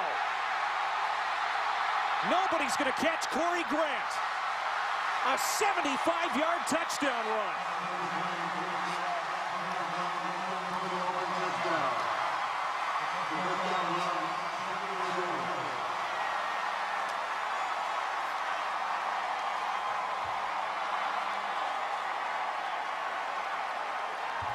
Clay, what were we saying about energy on offense? I mean, it's a little disappointing for the fans in here. I'm sure they made them wait one more play to get the touchdown. The touchback on the kickoff instead of a kickoff return for 6. One offensive snap, and Auburn is in the end zone again, and Corey Grant, Trey Mason showing that home run capability. Corey Grant playing in front of a home crowd. He's a kid right here from Opelika, just outside of Auburn. Touchdown. The previous play is under further review. And they're going to take a look. Maybe they're thinking that Grant stepped out along that sideline. Again, our replay official tonight from the SEC is Steve Landis. I'll be surprised if he did. You know, it wasn't like he was forced very wide, unless he was just rolling so fast. Yeah. I think that it was his inside foot about 4 steps ago. His inside foot somehow clipped the white. That's all you need. You don't have to step all the way out of bounds. You just have to touch the white of the paint. That's somewhat inexplicable because really it wasn't as if he was getting forced that wide. But I think he had so much momentum that Anthony Carpenter forced him just wide enough. It might be that outside foot right there. And if it's not that one, it's the next step. As he tries to gain a little bit more room, he might have stepped out of bounds twice. Look at the ref. He's just trying to keep up with him, man. It's hard to keep track of where his feet are landing. He just wants to make sure he gets to the end line in time. You can show those replays up on the Jumbotron now in the SEC, and those fans seeing exactly what you're seeing at home. Everybody knows what happened there with the ref. The ref looked like an athlete. I think he probably wanted me to circle and point out that he was able to keep up with Corey Grant. Did you see there, though? That inside foot is definitely on the line. I'm not sure that the step right before this one, where his outside foot was out of bounds. Either way, look at the ref swivel his hips and run. That guy's a jock. It's a foot race to the end zone. He's in mid-season form. Yeah, he is. On opening night. I'll tell you what, as many plays as a run now, and you talk about safety issues, these refs have to be in tremendous condition. After review, the ruling on the field stands. Touchdown. Wow. The ruling stands. It wasn't confirmed. It just stands. I'm surprised at that. I mean, to me, it looked like he didn't step out once, but twice. And clearly, the replay official didn't feel as if it was indisputable. I'll tell you what, the shots that we get, if they got those, I'm surprised at that ruling. Parkey puts Auburn back in front, 22-21. Just over 6 minutes to go before halftime. It's been a great back-and-forth game. Oh no, you broke your line again? So you're watching the SEC on ESPN. ESPN is the home for passionate college football fans as our experts break down the top schools in the nation in a weekly 3-hour special. Don't miss any of the unfiltered conversation about the hot topics in college football. The Experts Tuesday at 1 on ESPNU. Are you on the Experts this week? I am not. I'm not an expert. Taking a week off? Yeah.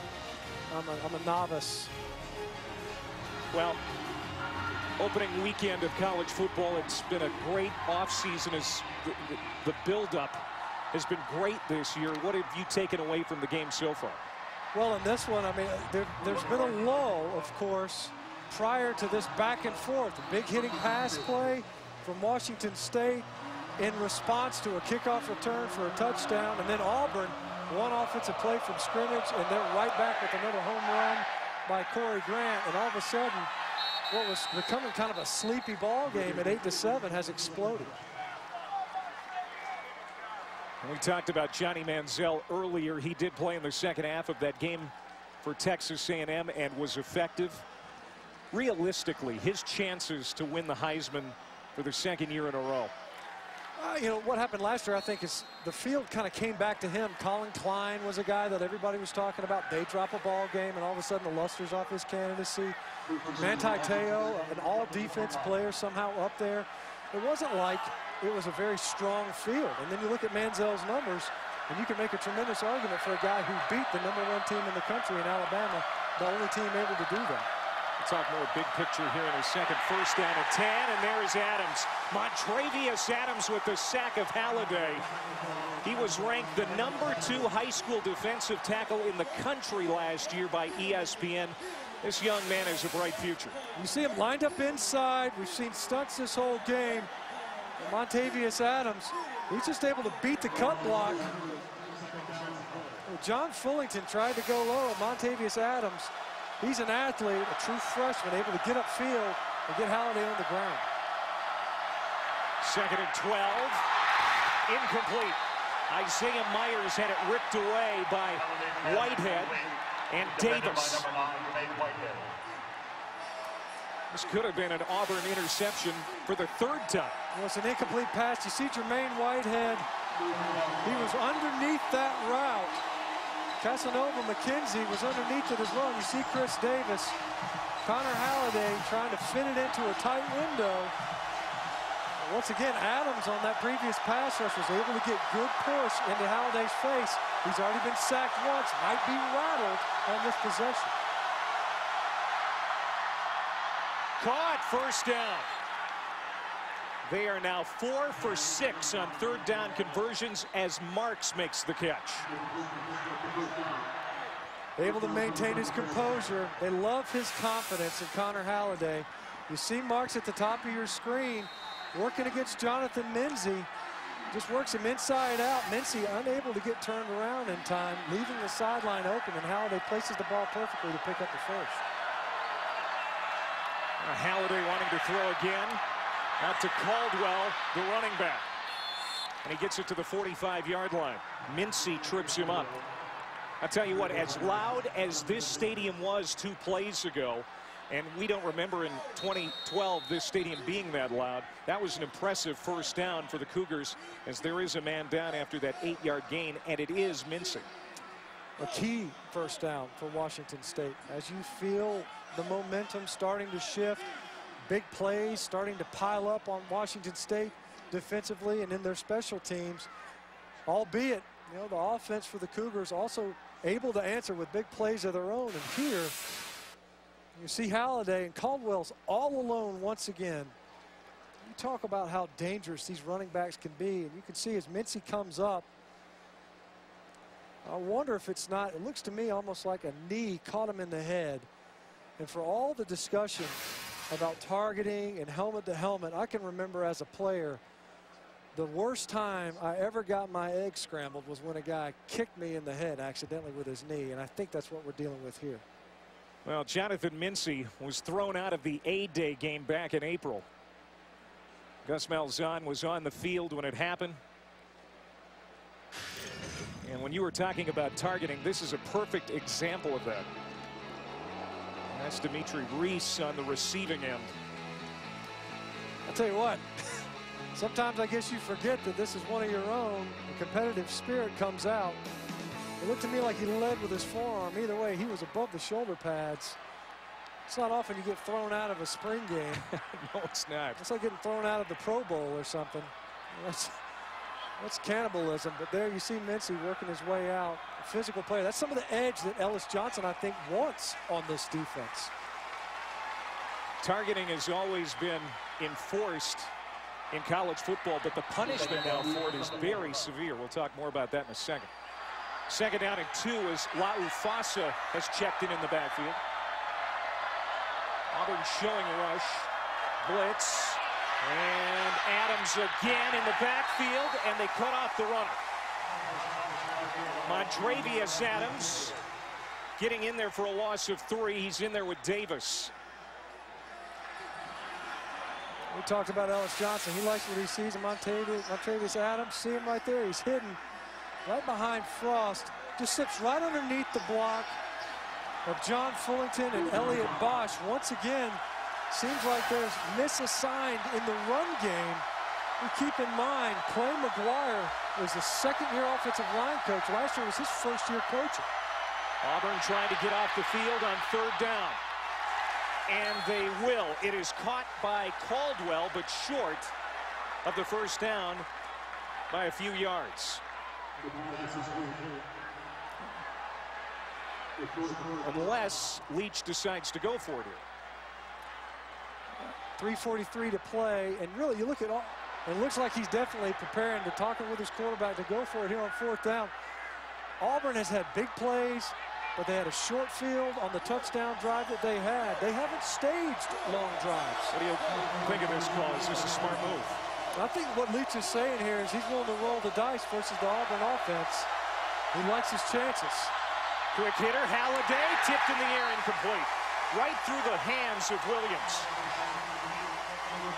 And Auburn takes over on downs. And they've got great field position, a lot of time on the clock.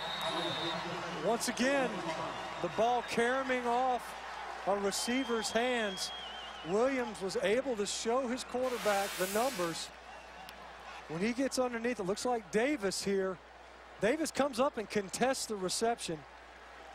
Does a good job of arriving as the ball does. Williams shaken up. He had the first down yardage, unable to grasp the ball as it arrived. We've seen some drops already in this ball game. And once again, Washington State rolls the dice. And here's Auburn with excellent field position. Mike Leach wanting to roll the dice there, coming up craps, and now your defense defending half of a football field. So Nick Marshall in the Auburn offense, 1st and 10 from the 45 of Washington State. Corey Grant again. Nice run on first down. That's the same play that he took to the house, just to the other side of the offensive line. And you see here as he comes into the formation, nice athleticism. Look at him getting over some traffic and trash. Brandon Folse creating a pile. You see Corey Grant Not only able to tightrope, but he's also able to hurdle. This is the third Auburn possession that has started inside Washington State territory. Trey Mason, he's got that first down. That's just a simple zone concept. Nothing special there. And Trey Mason, trusting the play side blocking, just busts up in the hole, finds a crease. We're just looking to pick up a first down. We've got 2.5 minutes to play. More than enough time to not only milk clock, but move the sticks.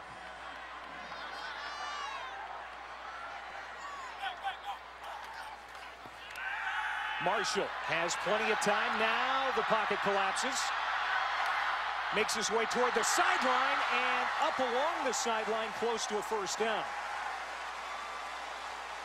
So on the home run ball by Corey Grant, then we saw the opener with the same play to pull a guard around in front. That time play action off of it, nothing downfield. And you see him making plays with his legs at the quarterback spot. They mark him back. Just a 5-yard pickup. Now hitting the backfield is Grant. And so it'll be third down with under 2 minutes to go. That's a big tackle for loss by Daryl Monroe. Able to shoot the gap and back him up, as you noted, backed him up on the spot, and now third and long. Here's Nick Marshall, empty backfield set. They got 5 wides, and they're looking to keep him in the pocket, and if not, don't be surprised if protection breaks down when he shoots right up the middle of the field. It is Nick Marshall, and he will not have enough for the first down as he is cut down at the 30-yard line by Cyrus Cohen, the former walk-on strong side linebacker. Now it's fourth down for Auburn with 1 minute and 17 seconds to go before half. So once again, try to give Nick Marshall opportunity to succeed. They start with 5 wides. They motion Jay Prosh into the backfield and run another power concept with their quarterback. Washington State has called a timeout here as Auburn is going to set up for a field goal attempt. Dr. Pepper quest for the coach's trophy. And Gus Malzahn, first day as head coach at Auburn, had a great 1 year at Arkansas State, 9-3, led the Red Wolves to the Sun Belt Conference title. And now back here, plenty of excitement surrounding this 47-year-old head coach. You know, he bounces around. Even in his years here at Auburn, he never has a familiar face in the huddle for him. It's always a new quarterback who's the hub of the offense that he wants to run. And somehow or other, he finds ways to help his quarterbacks be incredibly successful. You think about his first year on the Plains. Chris Todd in 2009 sets a passing record for 22 passing touchdowns, more than any other quarterback in Auburn football history. Obviously, Cam Newton obliterates those numbers. He obliterates just about everybody's numbers until Johnny Manziel came around. But Gus Malzahn, he's a quarterback's friend. He runs a lot of plays. And he puts his QBs in a position to succeed. A lot of similarities between him and Hugh Freeze, the second-year head coach at Ole Miss. Those guys were high school coaching friends long before they got to the SEC. Took a similar path to the SEC as Freeze also coached at Arkansas State. So here is Cody Parkey setting up for a 47-yarder.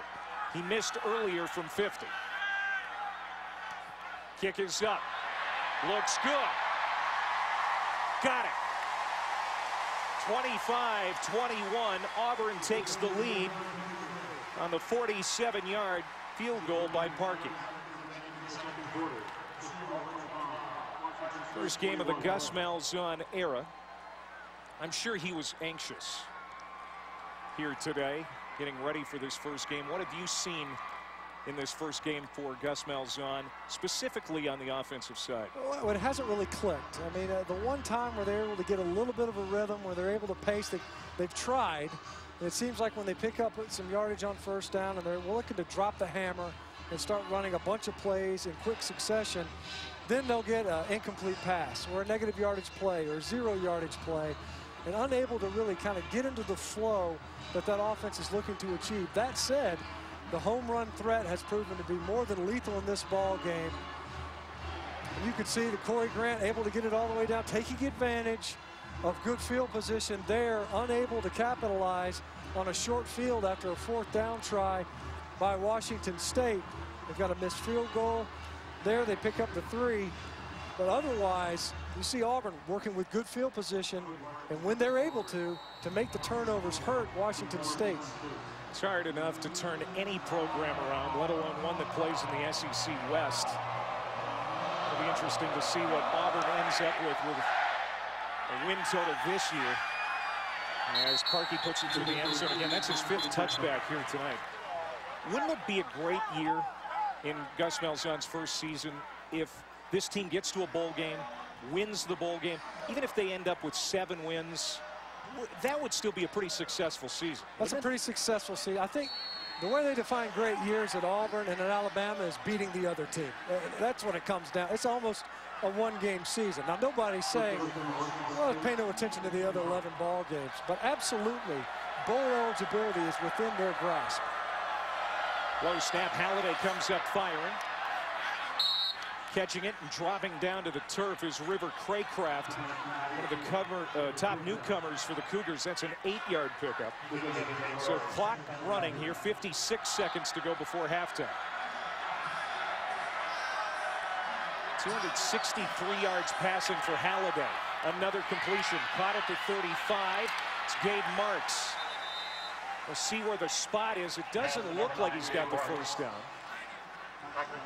Robinson Therese makes the tackle. Clock moving, 34 seconds to go before the half. Third and short. Auburn was confused on that last offensive snap. Busted coverage. Lucky that Gabe Marks was dancing and didn't pick up the first. Halliday had a man wide open, but he overshot his intended target, Isaiah Myers. So now 4th down. Almost looked like the ball was tipped from up here. No real reason for Halliday to have that ball float on him. Otherwise, he has Myers. Myers had room to run after the catch. And they're going to punt. You can see the frustration on Connor Halliday as well. He knew that he had an open receiver that's running off of green-white stripes. Not a lot in between Myers in the end zone if he's able to run underneath that pass. Chris Davis, newcomer to the punt return unit. We'll see if... Well, calls for the fair catch at the 32. Bolin, another good punter. We've got some great kickers in this game, and high hang time. Davis calls for the fair catch at the 32. Here's our stat track tonight. You can see the passing yards for Washington State, the rushing yards for Auburn. Two different offenses. Here's your number if you're following Auburn from a year ago. They've already matched their interception total from an entire season. Now what's questionable is look at these first downs by Auburn and visiting with Ellis Johnson. They'll take the quick home run, the one-play drive, but they really haven't been able to click off a successful series so far this game. See if Auburn takes a shot or two with 14 seconds. Marshall steps up, spins down after being tackled. And that's probably going to be the last play of the half. And it was a good one, very entertaining. The last time these two teams met was 2006 here at Jordan-Hare Stadium, and Auburn ran Washington State out of the building. It was 40-14, but this one, back and forth. And it's a 4-point lead for the Tigers under the first-year head coach at the half. Let's go down to Don Davenport. Coach Gus Malzahn, your defense has forced 2 turnovers. What have you liked out of that group this half? Yeah, I tell you what, I think we're fortunate to be up right now. You know, we had some opportunities to score a few more points, and we missed a few. But, hey, we got the lead. We're going to make some adjustments and come out and see what happens. You talk about adjustments. What kind of adjustments on offense are you going to make? Well, we got to get some drives together. I mean, we got to get some first downs and try to get in the end zone. All right, thanks, Coach. 25-21 Auburn. This is Dick's Sporting Goods Kickoff Week.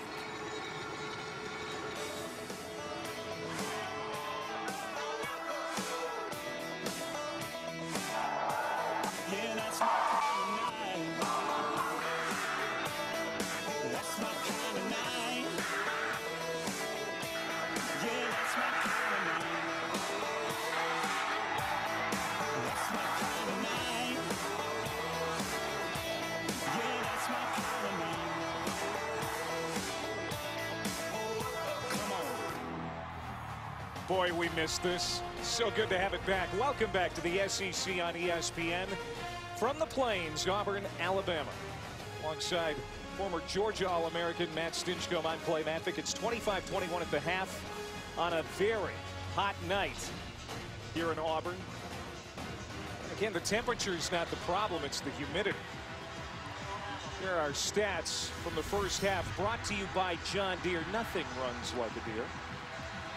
You would know, you got a couple of tractors at the Ponderosa. Look at this. We talked about the turnovers, but something that Gus Malzahn talked about going into half is this right here, the first downs.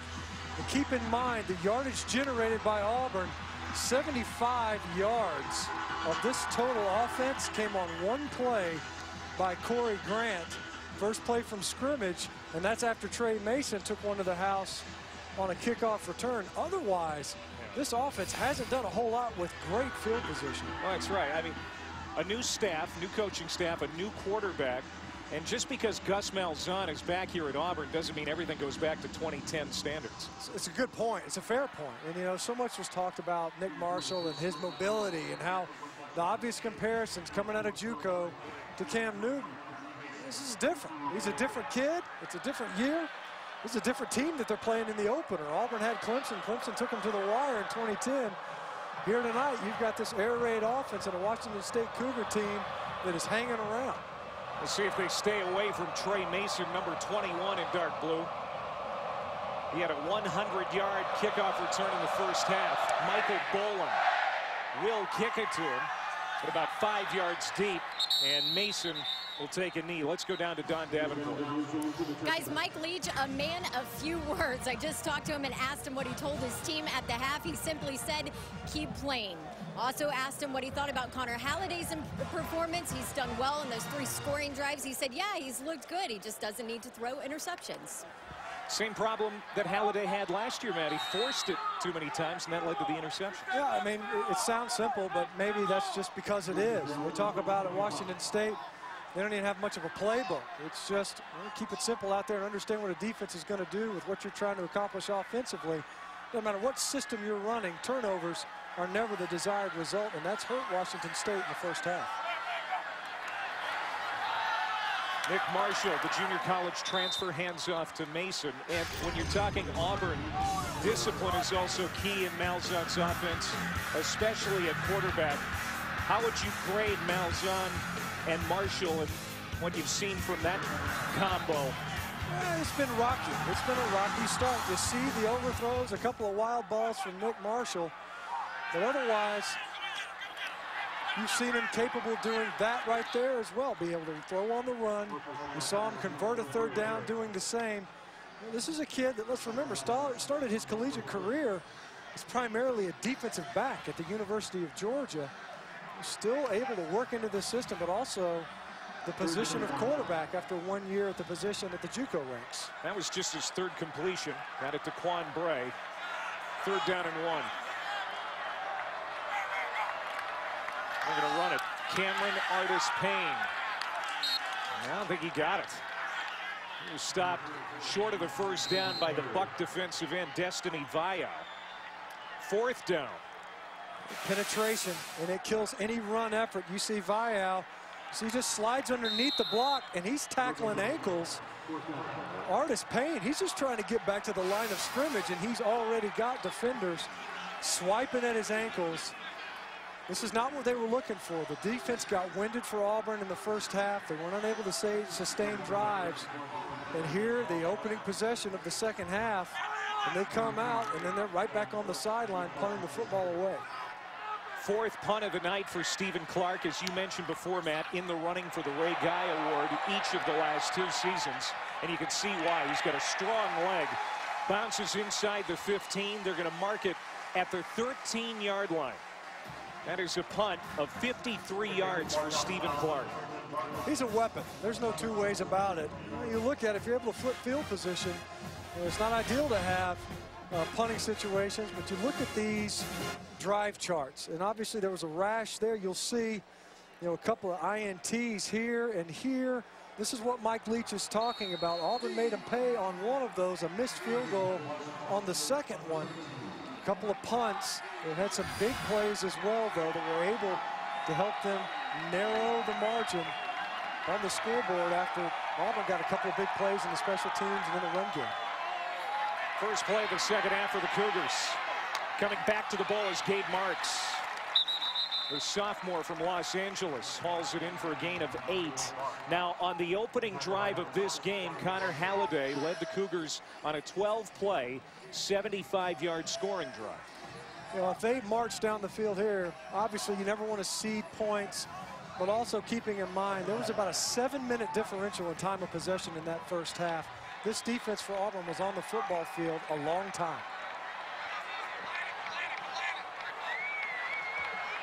A new 4-2-5 defense out there for Auburn.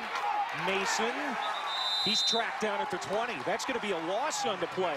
There's Craig Sanders, who made his first career start tonight. We talked about D. Ford being out with the knee injury. I think so far Sanders has played pretty well. Sanders is the veteran of that defensive front. You'll see him here at the bottom of your screen. Watch him take on the block and able to just blow right upfield. Rico Forbes gets knocked into his own backfield. Ends up being a tackle for a loss. Sanders, a former special teams star, now factoring on the defensive unit. This crowd trying to get behind this Auburn defense. They want to get off the field on third down. Halliday, another first down. They had a slew of them in the first half. That is the 18th first down for Washington State tonight. Dominique Williams makes the catch. Once again, not only you maintain possession, giving yourself another opportunity. Halliday throwing the ball on time. That time Auburn brought double barrels. 2 A-gap blitzers. The safety came up, Holsey. But there, Halliday able to stand and deliver. And once again, you keep that defense out on the football field.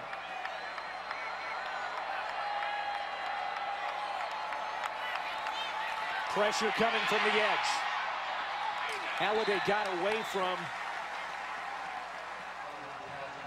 the pressure that was coming in and threw it incomplete, so second down. That time, Ellis Johnson brings Josh Holsey. He's over there covered in the slot. He's able to come off the edge and disrupt, get Connor Halliday to move off of his spot. It's not a forte of his. We've already seen him having to throw on the run in the first half, resulted in an interception. If they can get him uncomfortable in the pocket, that's the ideal scenario for this Auburn defense that has to be tiring already early in the second half.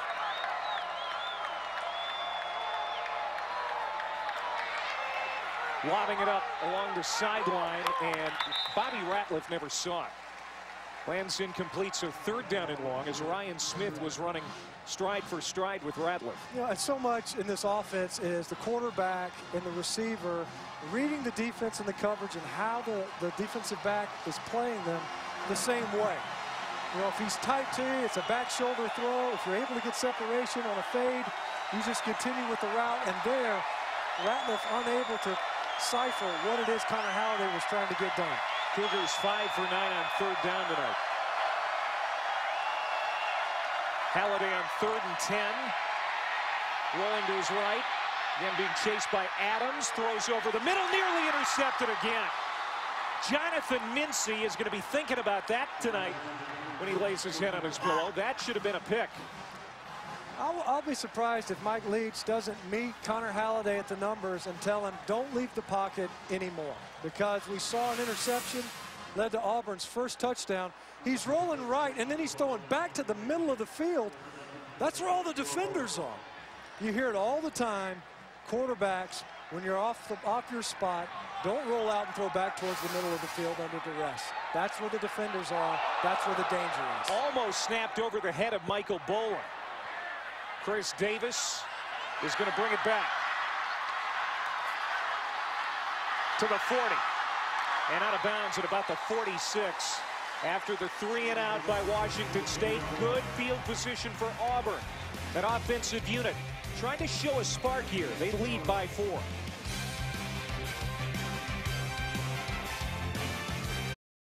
You're watching ESPNU College Football Primetime, presented by 5 Hour Energy as Washington State takes on Auburn. Due to time constraints, we move ahead in the action.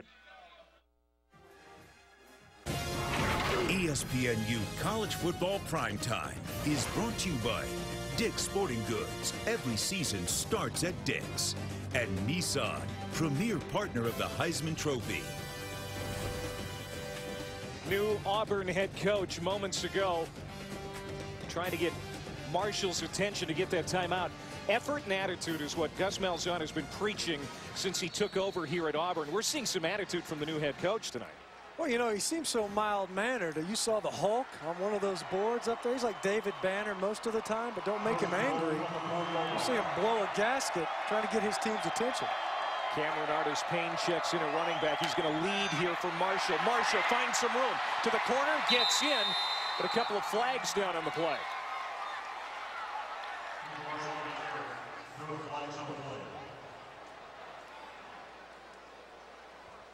And this is going to go against Auburn.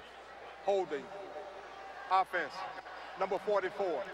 10 yards from the previous spot. Still first down. Cameron Artis-Payne, the running back, the lead blocker with the hold. You see him coming up here, exactly right, leading up. You know, he's got some jersey in his hand. I don't know if the defender even knew that Marshall had the ball. Still running upfield. Regardless, you grab a little jersey and ends up being a hold. Cameron Artis-Payne grew up with 10 brothers. So he knows how to do some of the dirty stuff that Gus Malzahn is going to be asked to do, because he had to fight and claw just to get breakfast every morning with all those brothers. Marshall spins inside the 15 down to the 13. Cyrus Cohen credited with the tackle, so it'll be second down and goal to go. We'll see here another power run. Nick Marshall, too much east and west. You think back to some of the power inside zone runs. You get downhill right away. Once again, you look at that holding penalty, backs up the Auburn offense. Now you see why Gus Malzahn was so upset. Felt like he had a good set after the big play to Coates. They huddled up this time. This is Quan Bray. Gets to the 9 and no more. So now third down and goal to go. 7:24 to go here in the third quarter. You know, the big pass play to Sammy Coates was a third down. They had maximum protection, slid the offensive line, made sure that Nick Marshall had room to throw, wouldn't have hands in his face to disrupt him, and he threw a beautiful ball. The challenge is here, down here close. Everything's faster because it's a condensed field. Be surprised if Auburn runs it again here. They pass. Marshall to the end zone, incomplete. Intended for C.J. Uzama, the tight end. Remember, there's no Philip Luxenkirchen this year in these red zone situations. No Emory Blake to go to. Gus Malzahn's going to have to figure out who that guy is in 2013. Yeah, that guy's going to have to emerge. And eventually, and speaking with the coaches yesterday, we recognize that this is likely a very abbreviated passing plan. I doubt very much that they have most of their passing offense in at this point. From 26, Parkey. He hit from 47 earlier. And he's got it. So Auburn tacks on 3 more. Maybe a little disappointing for the Tigers. Nick Marshall wanted a touchdown. They settled for 3.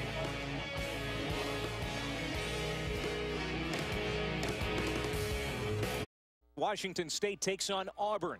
Due to time constraints, we move ahead in the action. So now fourth down. Well, that time, Therese in better position for the football than Craycraft. On the previous play, Craycraft turns around, looks for the ball, slowed down enough for Therese to seemingly interfere with him. No call. And there, Therese was underneath the route, forcing a field goal attempt. We'll watch the Cougars seemingly off of 2 runs at the quarterback position by Halliday, opportune to pick up first downs, but unable to get the passing game going enough to maintain the possession and keep the drive going. Andrew Fernie from 43. We've got a 4-point game. Fernie, very good legs, starting since his freshman year, and the senior knocks it through the uprights to make it 28-24.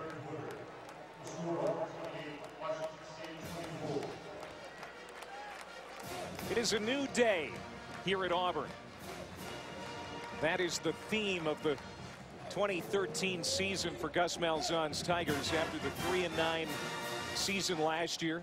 The worst season for Auburn football in 60 years, 0-8 in the SEC. But there is an energy on this campus that we haven't seen in some time, and Gus Malzahn in large part responsible for that. This is a fan base that's pretty doggone passionate. When you've got 80,000+ people at your spring game, coming off a 3-9 season, it takes somebody special to energize a fan base like that. They've got a slogan here that we've seen, "In Gus We Trust." As you can see, it's been somewhat of a rocky night. Several times tonight where the head coach is not pleased with how his offense has been running. It's not been very smooth. But regardless, big plays, some opportunistic plays. If that's what it takes to win ball games, I don't think anybody's looking for style points. It doesn't matter. It's all about scoring and getting the W. Gus, a self-made man, too. 14 years as a high school coach in Arkansas, where he developed this offense. First got noticed with it. This into the end zone. Trey Mason's going to bring it out. A 100-yard return already tonight, this time dumped at the 21. Fresh off his PGA championship, Auburn alum Jason Duffner spoke to the Tigers, a guest of Gus Malzahn at a morning practice back in August. I walked on in Auburn in '95, and you know, through a lot of hard work, determination, listening to people, coaches, staff around me, I got to where I was one of the best in the world. And you know, that's what it takes, whether you're a football player or a golfer. Hard work, determination, belief in each other, belief in your coaches, belief in yourself. Now, you know, you guys inspire me to be great, and I hope I inspire you guys to be great. Thanks for your time.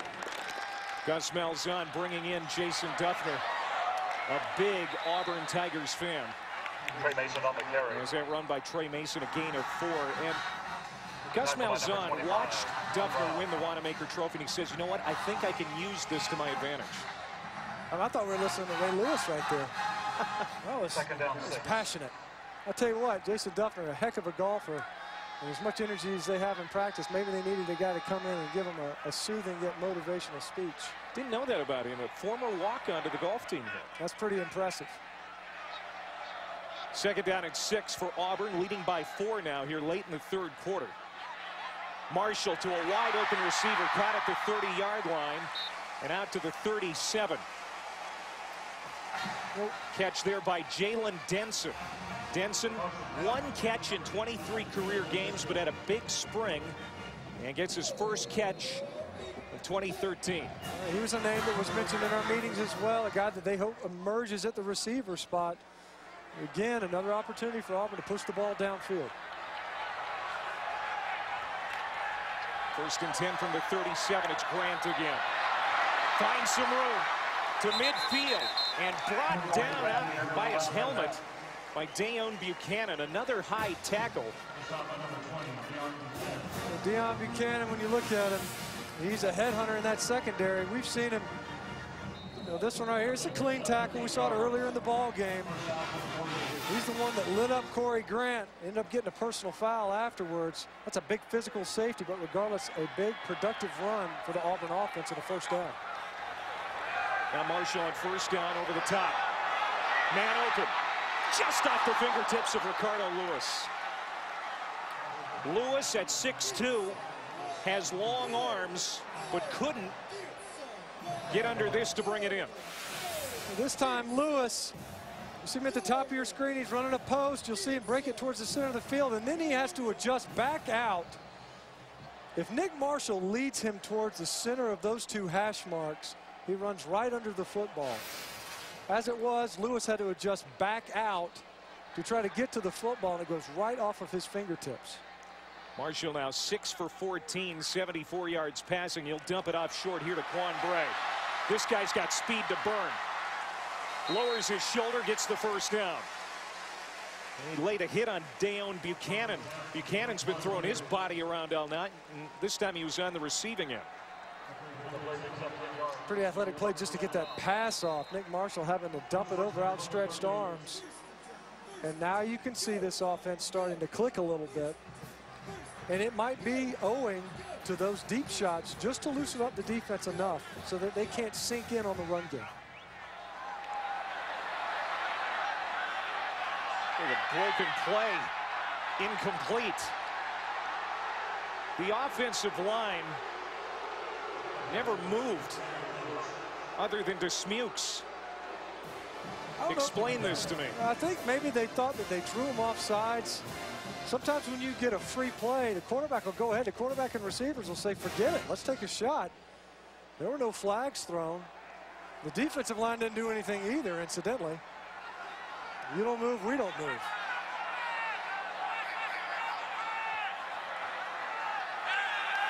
Jonathan Wallace, the backup quarterback, is in on a trick play, and he throws it incomplete. Intended for Denson. Jonathan Wallace, who started the final 4 games last year with modest success, checks in for this trick play, but it doesn't bear any fruit for Auburn. 3rd down. Denson had a chance. See him up here, and all they're going to do, see, it's the snap timing was a little off. Low snap, they fake. They actually do hand it off to Mason, who flips it to Wallace.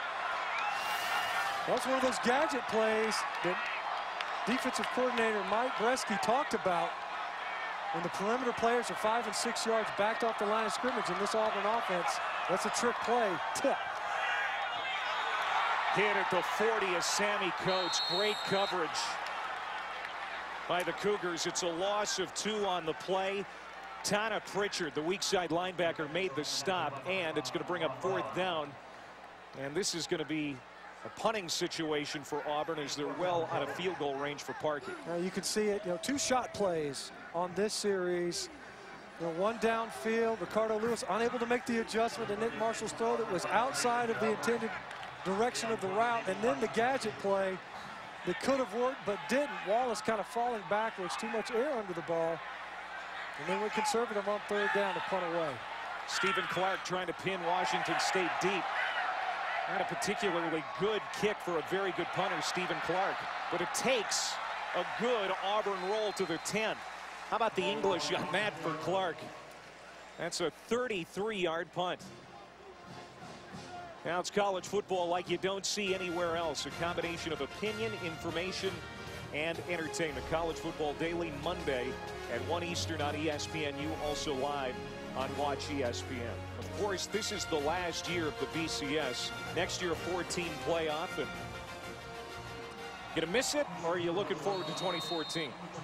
I'm looking forward to 2014. If for nothing else, we're getting more football that leads itself into a championship. The idea that you get 2 more teams involved that can participate in championship football, that's a win for just about everybody. Worst starting field position for the Cougars tonight from the 10. Craycraft is going to pick up a yard after the catch. Robinson Therese throws him down. That star backer position in this 4-2-5 defense for Ellis Johnson. Again, you said it in the first half, how key it is. And I'll tell you what, Therese's been on top of his game for most of the night. He's been all over the place. Truth be told, it's not the typical deployment of this 4-2-5 because of the number of 4 receiver sets. Ellis Johnson made note of that. They'll have more defensive backs on the football field than they typically do. Halliday. Under through the receiver. Was it picked off? Yes, Jonathan Mincy. 3rd interception thrown by Halliday tonight. Well, that time he's trying to go back to Dom Williams, who was a big playmaker for Washington State a year ago. And that ball was behind Williams just enough for Mincy to make a play on this ball. You see Dom Williams having to slow down. To me, unless Mincy had his hand and forearm wedged between the ball and the grass, I'll be surprised if it didn't touch the ground at some point before he completed that interception.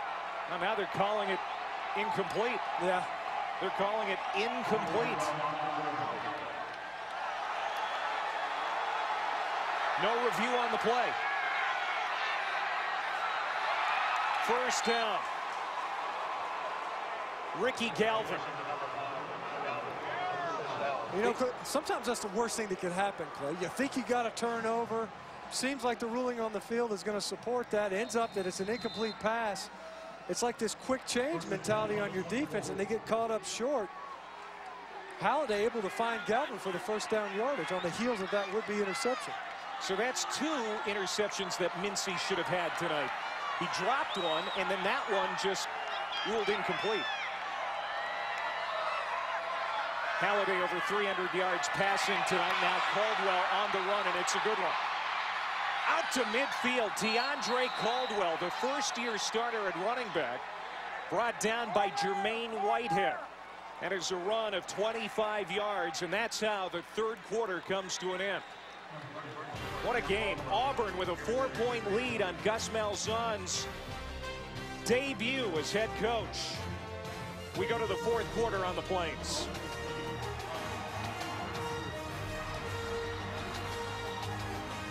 Yes. All right, Matt, thank you very much. Meanwhile, Auburn's running back Corey Grant has been a nice surprise here for the Tigers. 7 carries, 120 yards, and a touchdown. Yeah, he's shown up big. We've seen a little bit of Trey Mason. This Auburn offense living off a big play so far in this ball game. But Washington State has it now at their own 48. They pass.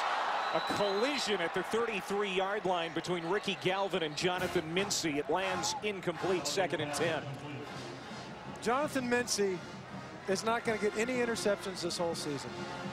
I mean, this poor kid all night long. He should have 3 picks tonight already. This time he's waiting on the ball. And you see Galvin rudely runs into him and interrupts what should have been an interception. He is squatting. Halliday threw it right to him.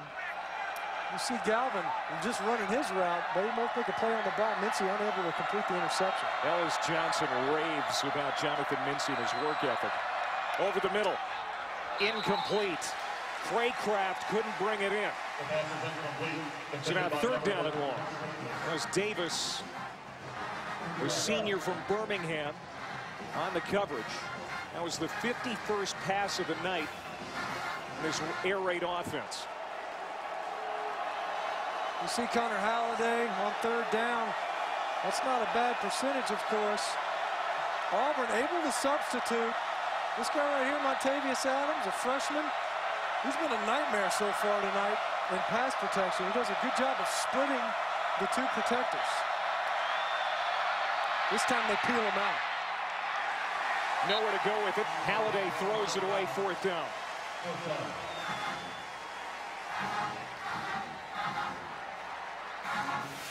Auburn's running a line stunt.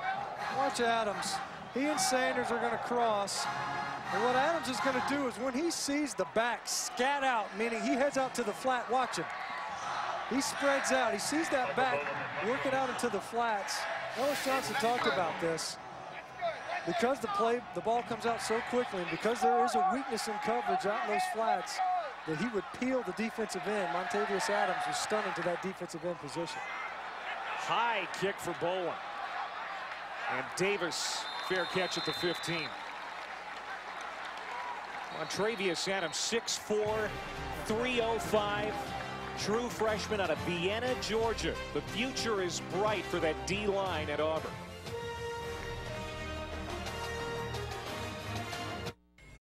You're watching ESPNU College Football Primetime, presented by 5 Hour Energy, as Washington State takes on Auburn.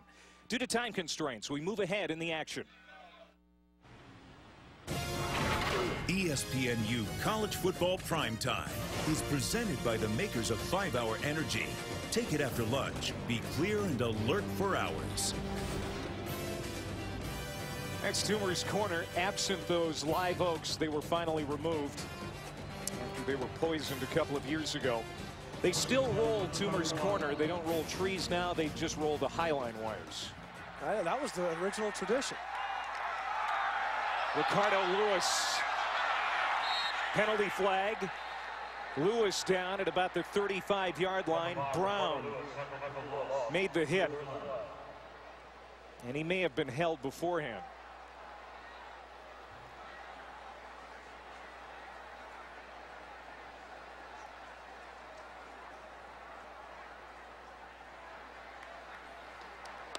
Holding, offense, number 35. That penalty is declined. 2nd down. Holding on Jay Prosh. It's a loss of 4. Here's an artist's rendering of what Toomer's Corner is going to look like in the future. You see, those oaks are going to get replaced, and then there's an alley of oaks behind it. It's really tragic what ended up happening. That was an unfortunate tradition. that had to be altered, but it'll return soon enough.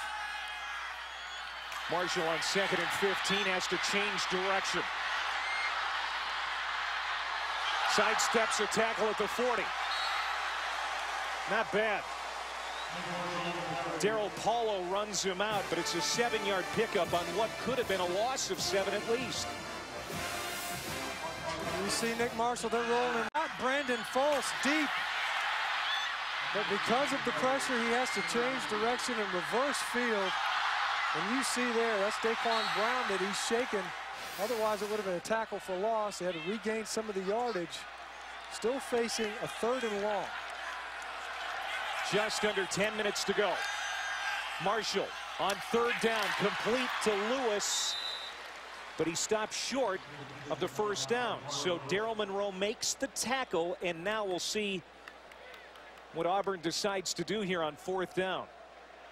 They're going to kick a field goal. A field goal makes it a touchdown game. A touchdown and a point after. You mess around, you go for it. You allow Washington State with a score to go ahead by 3. As it is right now, you even it back up, force him to score a touchdown to even it. This will be the 4th attempt for Parkey tonight. He's missed from 50 and has made from 47 and 26. This one from 42. From the near hash. Bingo. 31-24. Auburn. Not a bad drive, you know. Cameron Artis Payne on the bounce run was able to pick up the 19-yarder. But again, Auburn offense able to put points on the board, but they get stymied close to the end zone. Oh, no. Back at Jordan-Hare Stadium in Auburn, the SEC on ESPN.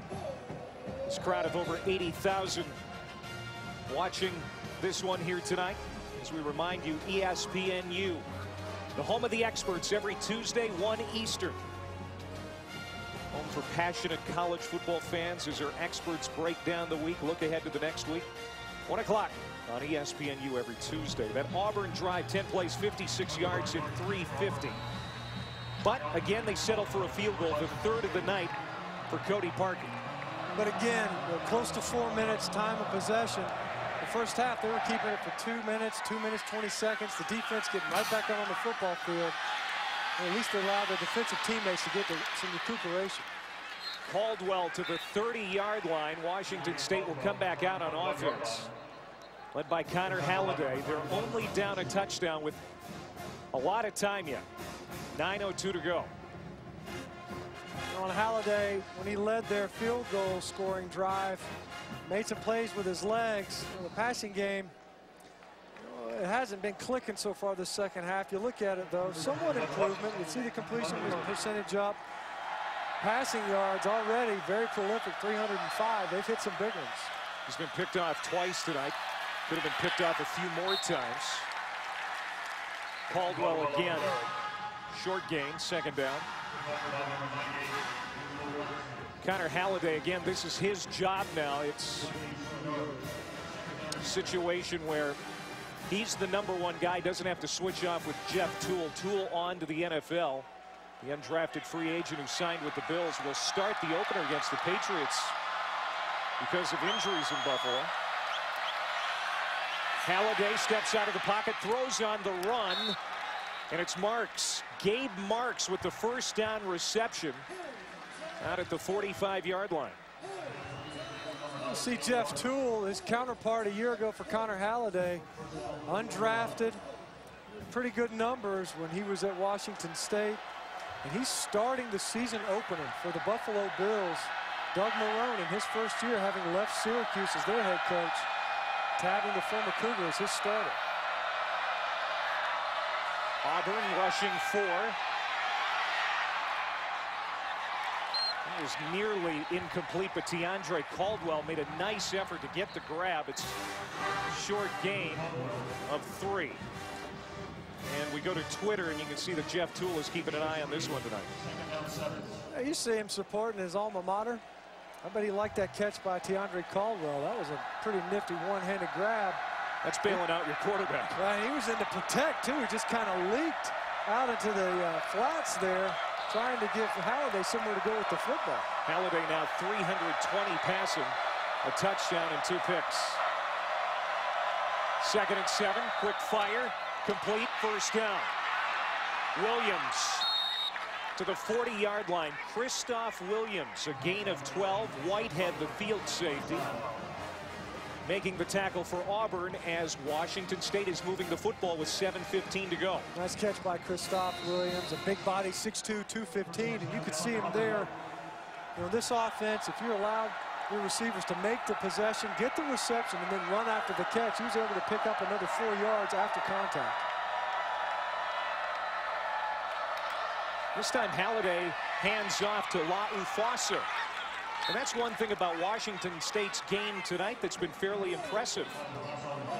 Their running game, that's 84 yards now on the ground. Remember, this is a team that averaged just 29 yards per game on the ground last year.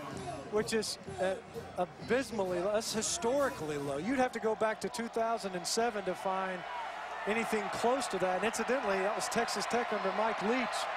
But that's low even for this offensive standards. Laufasa, the short yardage back, this time brought down by young Montravius Adams. Just a yard, so 3rd down and 1.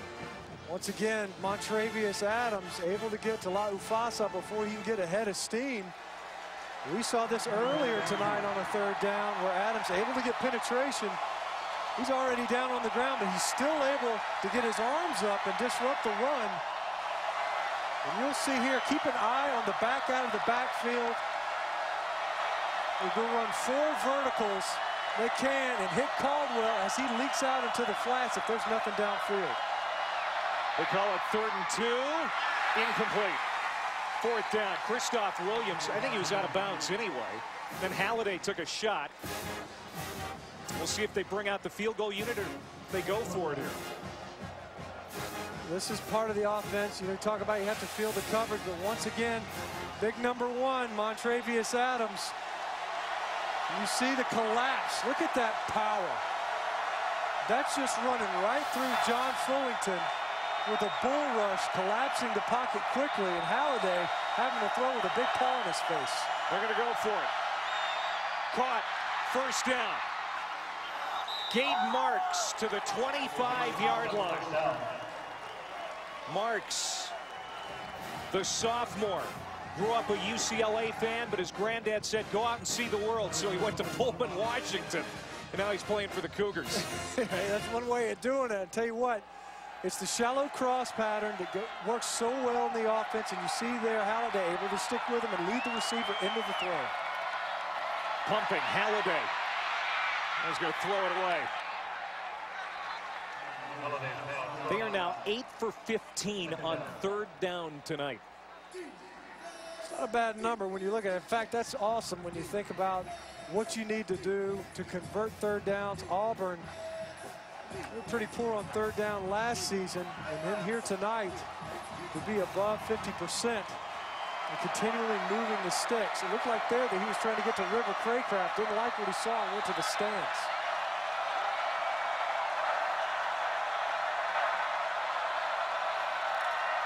They run it again. Caldwell.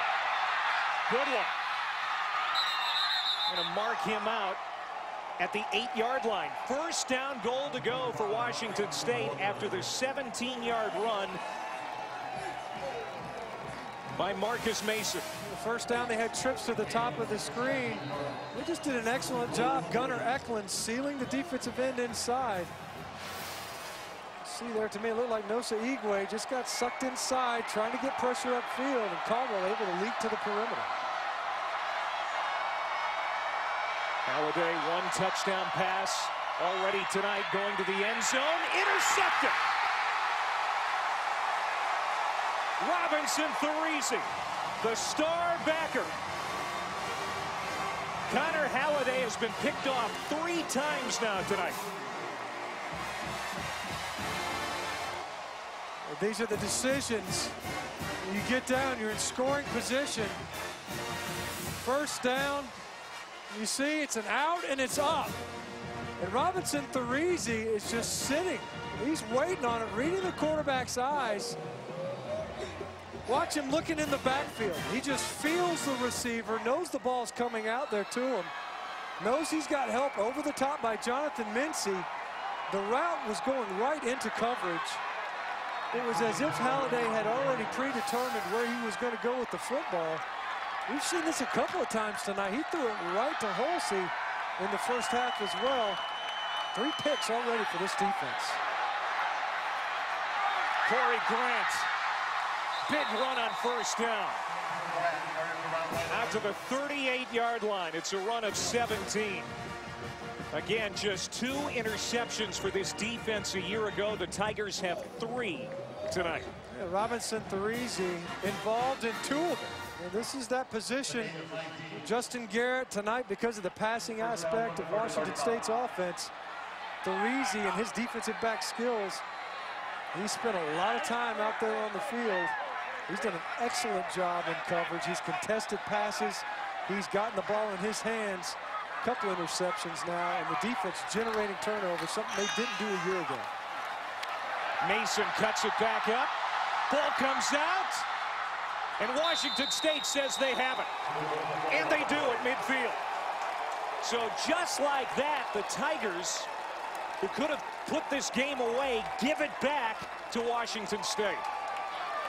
Dayon Buchanan comes up with the fumble recovery. First Auburn turnover tonight. Dayon Buchanan. You talk about that man plays safety with authority. We've seen him come up a couple of times tonight with some rib-rocking shots. It wasn't Buchanan. It looked to me, looked like the men Taylor Taliulu, I think there. 30, there was one that popped it out. Buchanan around the football was the one that came up with it and breathes new life into this Washington State offense. Back in the hands of Connor Halliday, trying to make amends after the interception. Marcus Mason with the run. It's a gain of 5. It's interesting that they go back to the ground after Halliday probably shaken a little bit, throwing his 3rd pick. Yeah, they had success running the football in the previous possession as well. Caldwell able to break it back to the weak side, bounce a run and pick up yardage on the ground. Just demonstrating some patience, keeping the defense honest. Washington State needs a touchdown. 3.5 to go. Halliday looks to the outside behind his receiver, Gabe Marks, incomplete. 3rd down and 5. That's just a bad ball. It's a bad ball from Connor Halliday. We talk about maybe he's rattled. He's got to burn that interception and not allow it to hurt him for more than just the one play. That ball's behind Gabe Marks. There was room to run. This is 4-down situation, I think. Mike Leach has probably already got it in his head. But he just has to get it closer to the sticks if he's willing to go for it on 4th down. He's 7 of 15 tonight. They've been great on 3rd down. Halliday pressured by Adams, incomplete. There is Montravius Adams. In the first game of his rookie year, having a big impact. Once again, has to throw off his back foot. The stunts hurt him. They're the go-to typically when you see this, where they run shallow cross to see if they can't peel someone off. If Auburn ends up in man coverage, you'll see crossing patterns just underneath the linebackers. They've had success there tonight. It's a 1-back set. Also, as always, keep an eye on the back out of the backfield.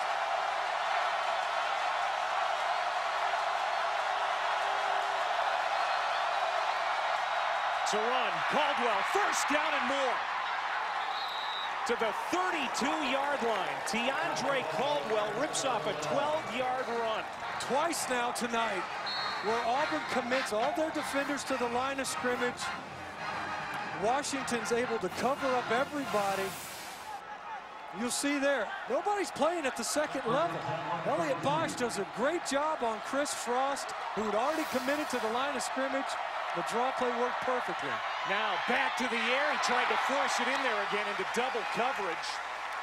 Washington State wanted a flag, but Gabe Marks was well covered by Jonathan Mincy. That was just a good defensive play, second down.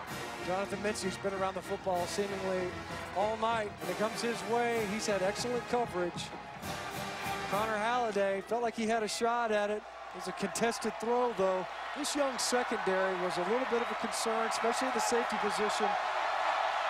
Kyle Frazier had to move there, but they've acquitted themselves well tonight.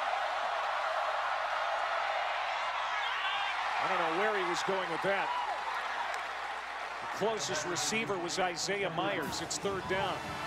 It was Isaiah Myers. You see Halliday saying, look, Chris Frost, number 17 at linebackers, mugging my receiver. He comes across the ball. Isaiah Myers ended up getting thrown back behind the original line of scrimmage. The third down trips to the top of your screen. We saw earlier where they tried to hit that out and up. Keep an eye on DeAndre Caldwell, though, and know that once again, Auburn committing defenders to the line of scrimmage. Complete, well short of the first down. It's going to be fourth down as the helmet comes off of Isaiah Myers. He's going to have to leave the field for a play. You see that was a play where they're just looking to try to get it manageable for a fourth down try. This is going to be fourth down and 5 to go. Washington State 2 for 3 tonight on fourth down. Caldwell in the backfield with Halliday.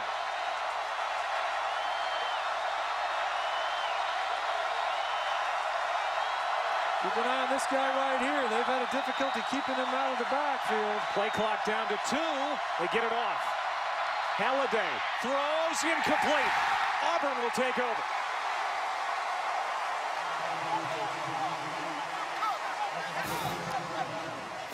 Trying to get to Dom Williams, it looked like. Miscommunication. Dom Williams broke off his route. Connor Halliday sailed it right over his head. Montravius Adams, once again, able to get some pressure. Auburn with a touchdown lead. They get off the field on that fourth down play, and Gus Malzahn maybe has his first win in sight.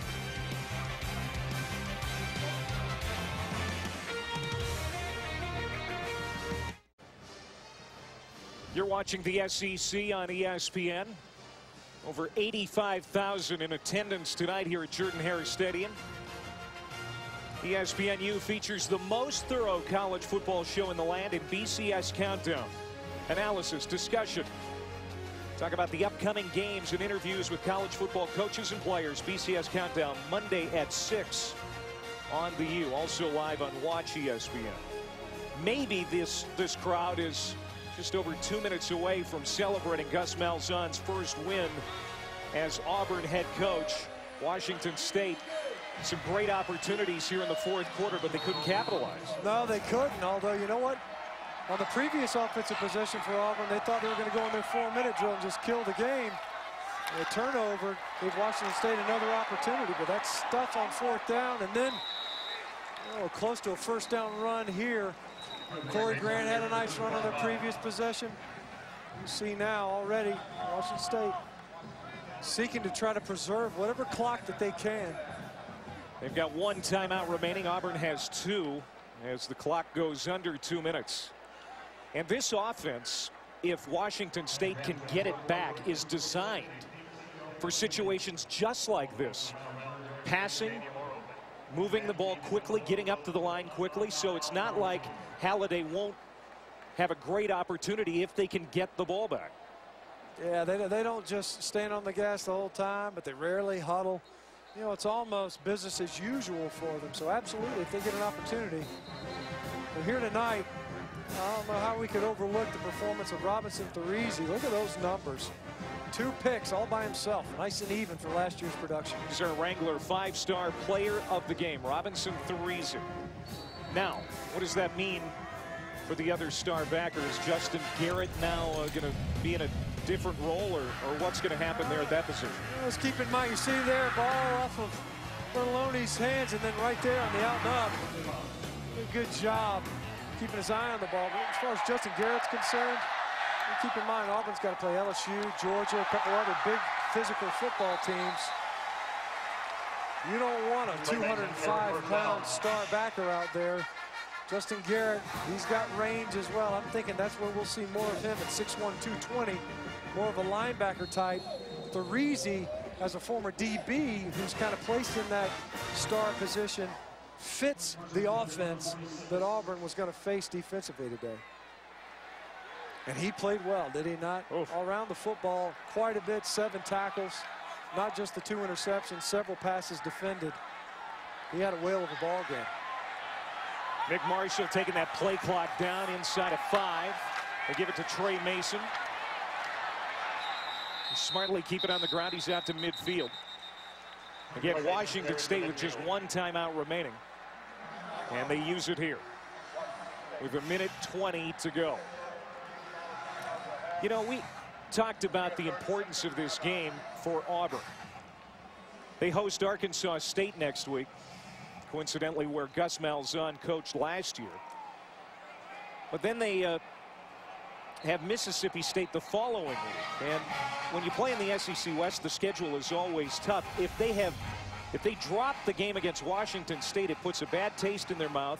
And the schedule doesn't get that much easier. No, I mean, when you look at it, given the season they had a year ago, and every year's a new year, but you got Alabama, you got Georgia, you got Texas A&M. You know, you got to play LSU early in the season. You know, you start to look at some of these teams, and you're wondering, coming into the season, we got 4 tough wins on our schedule already. You're playing an 8-game season. You drop a game to Washington State.